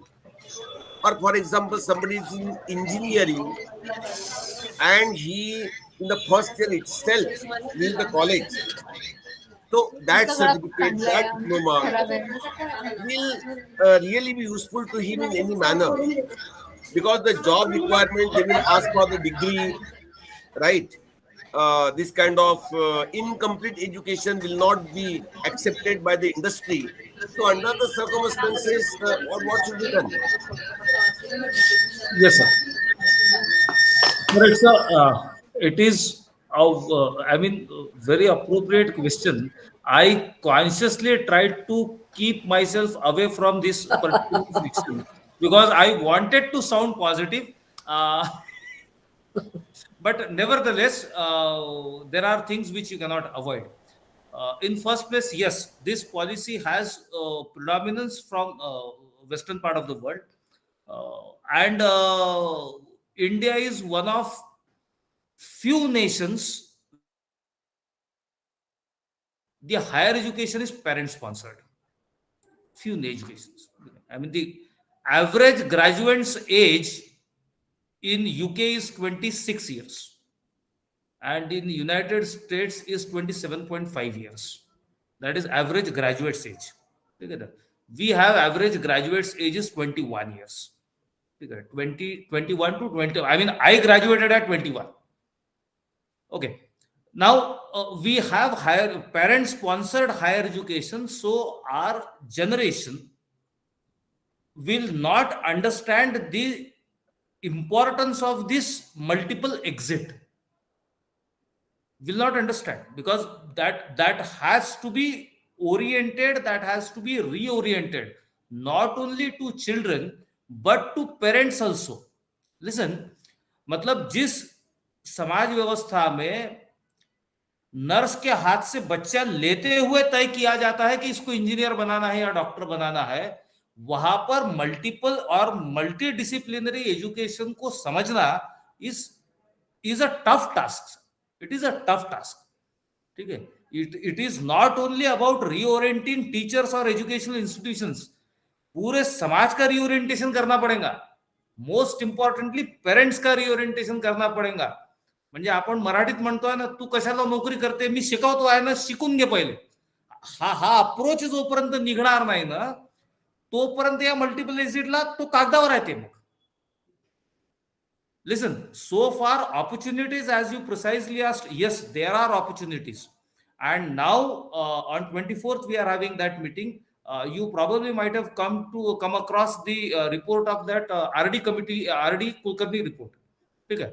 RD Kulkarni committee की जो report है, that has tried to bring some uniformity in 4 years degree program across the state, and it has made some bridge courses mandatory while multiple exit.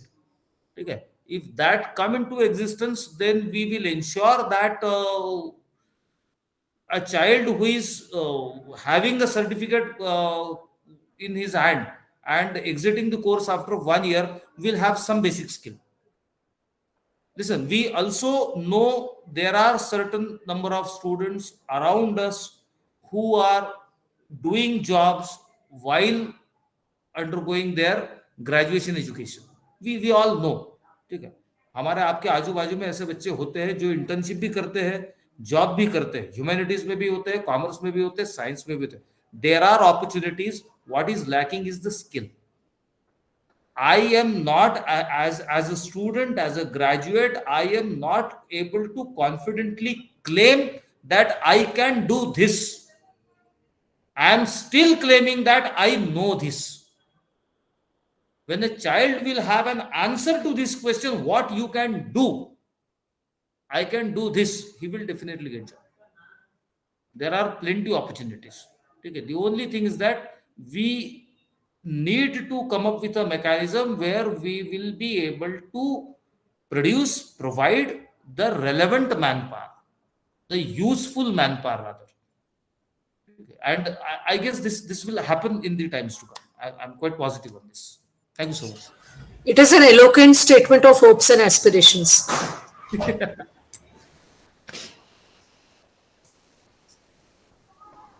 Right. Thank you very much, Dr. Sanjay Kavishwar and Dr. Urmila Dabir for joining us. And for formal vote of thanks, back to Dipali Randevi, madam.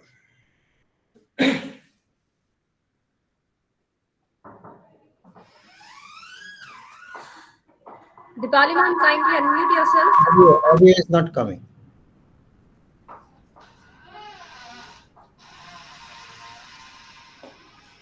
Thank you so much, ma'am, for summarizing the session with your valuable comments and sharing your worthy views. Thank you once again to Dr. Sanjay Kavishwar sir and Dr. Urmila Dabir ma'am for enlightening us and for sharing your esteemed views on this occasion. We are greatly encouraged by your gracious presence, and I'm sure that your talk will immensely benefit all participants. Education is not preparation for life. Education is life itself. With this note, I, Dipali, take your leave and invite Dr. Priyanka Dongre, madam, for vote of thanks. Have a nice day. Thank you.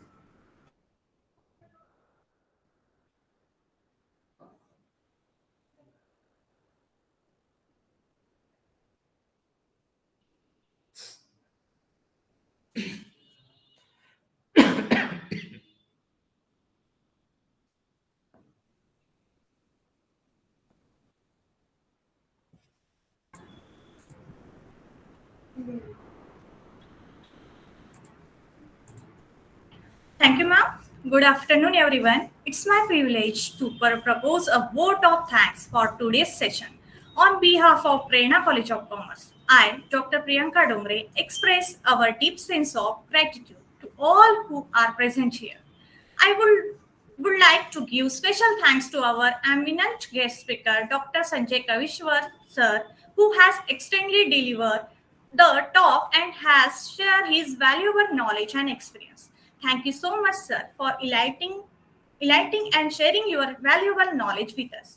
We are greatly encouraged by your gracious presence, and I am sure that your talk will be immensely benefited by us. Now, I would like to give thanks to our moderator, Dr. Urmila Dabir ma'am, for summing up the session in simple words. Thank you so much, ma'am, for summarizing the session as a moderator. You have explained everything in a very lucid manner. My hearty thanks to our respected Dr. Praveen Joshi sir, Director of Prerna College of Commerce. I also thanks to our Principal, Dr. Prakash Durukar sir, for his presence.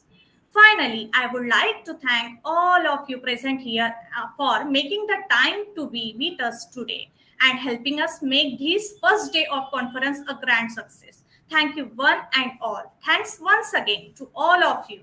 With the permission of chair, I declare that today's session are over. Have a nice day. Thank you so much. Thank you. Thank you so much. Thank you. Thank you. Thank you, Joshi sir. Thank you so much. Thank you, madam. Thank you, Thank you, sir. madam. Thank you. Thank you.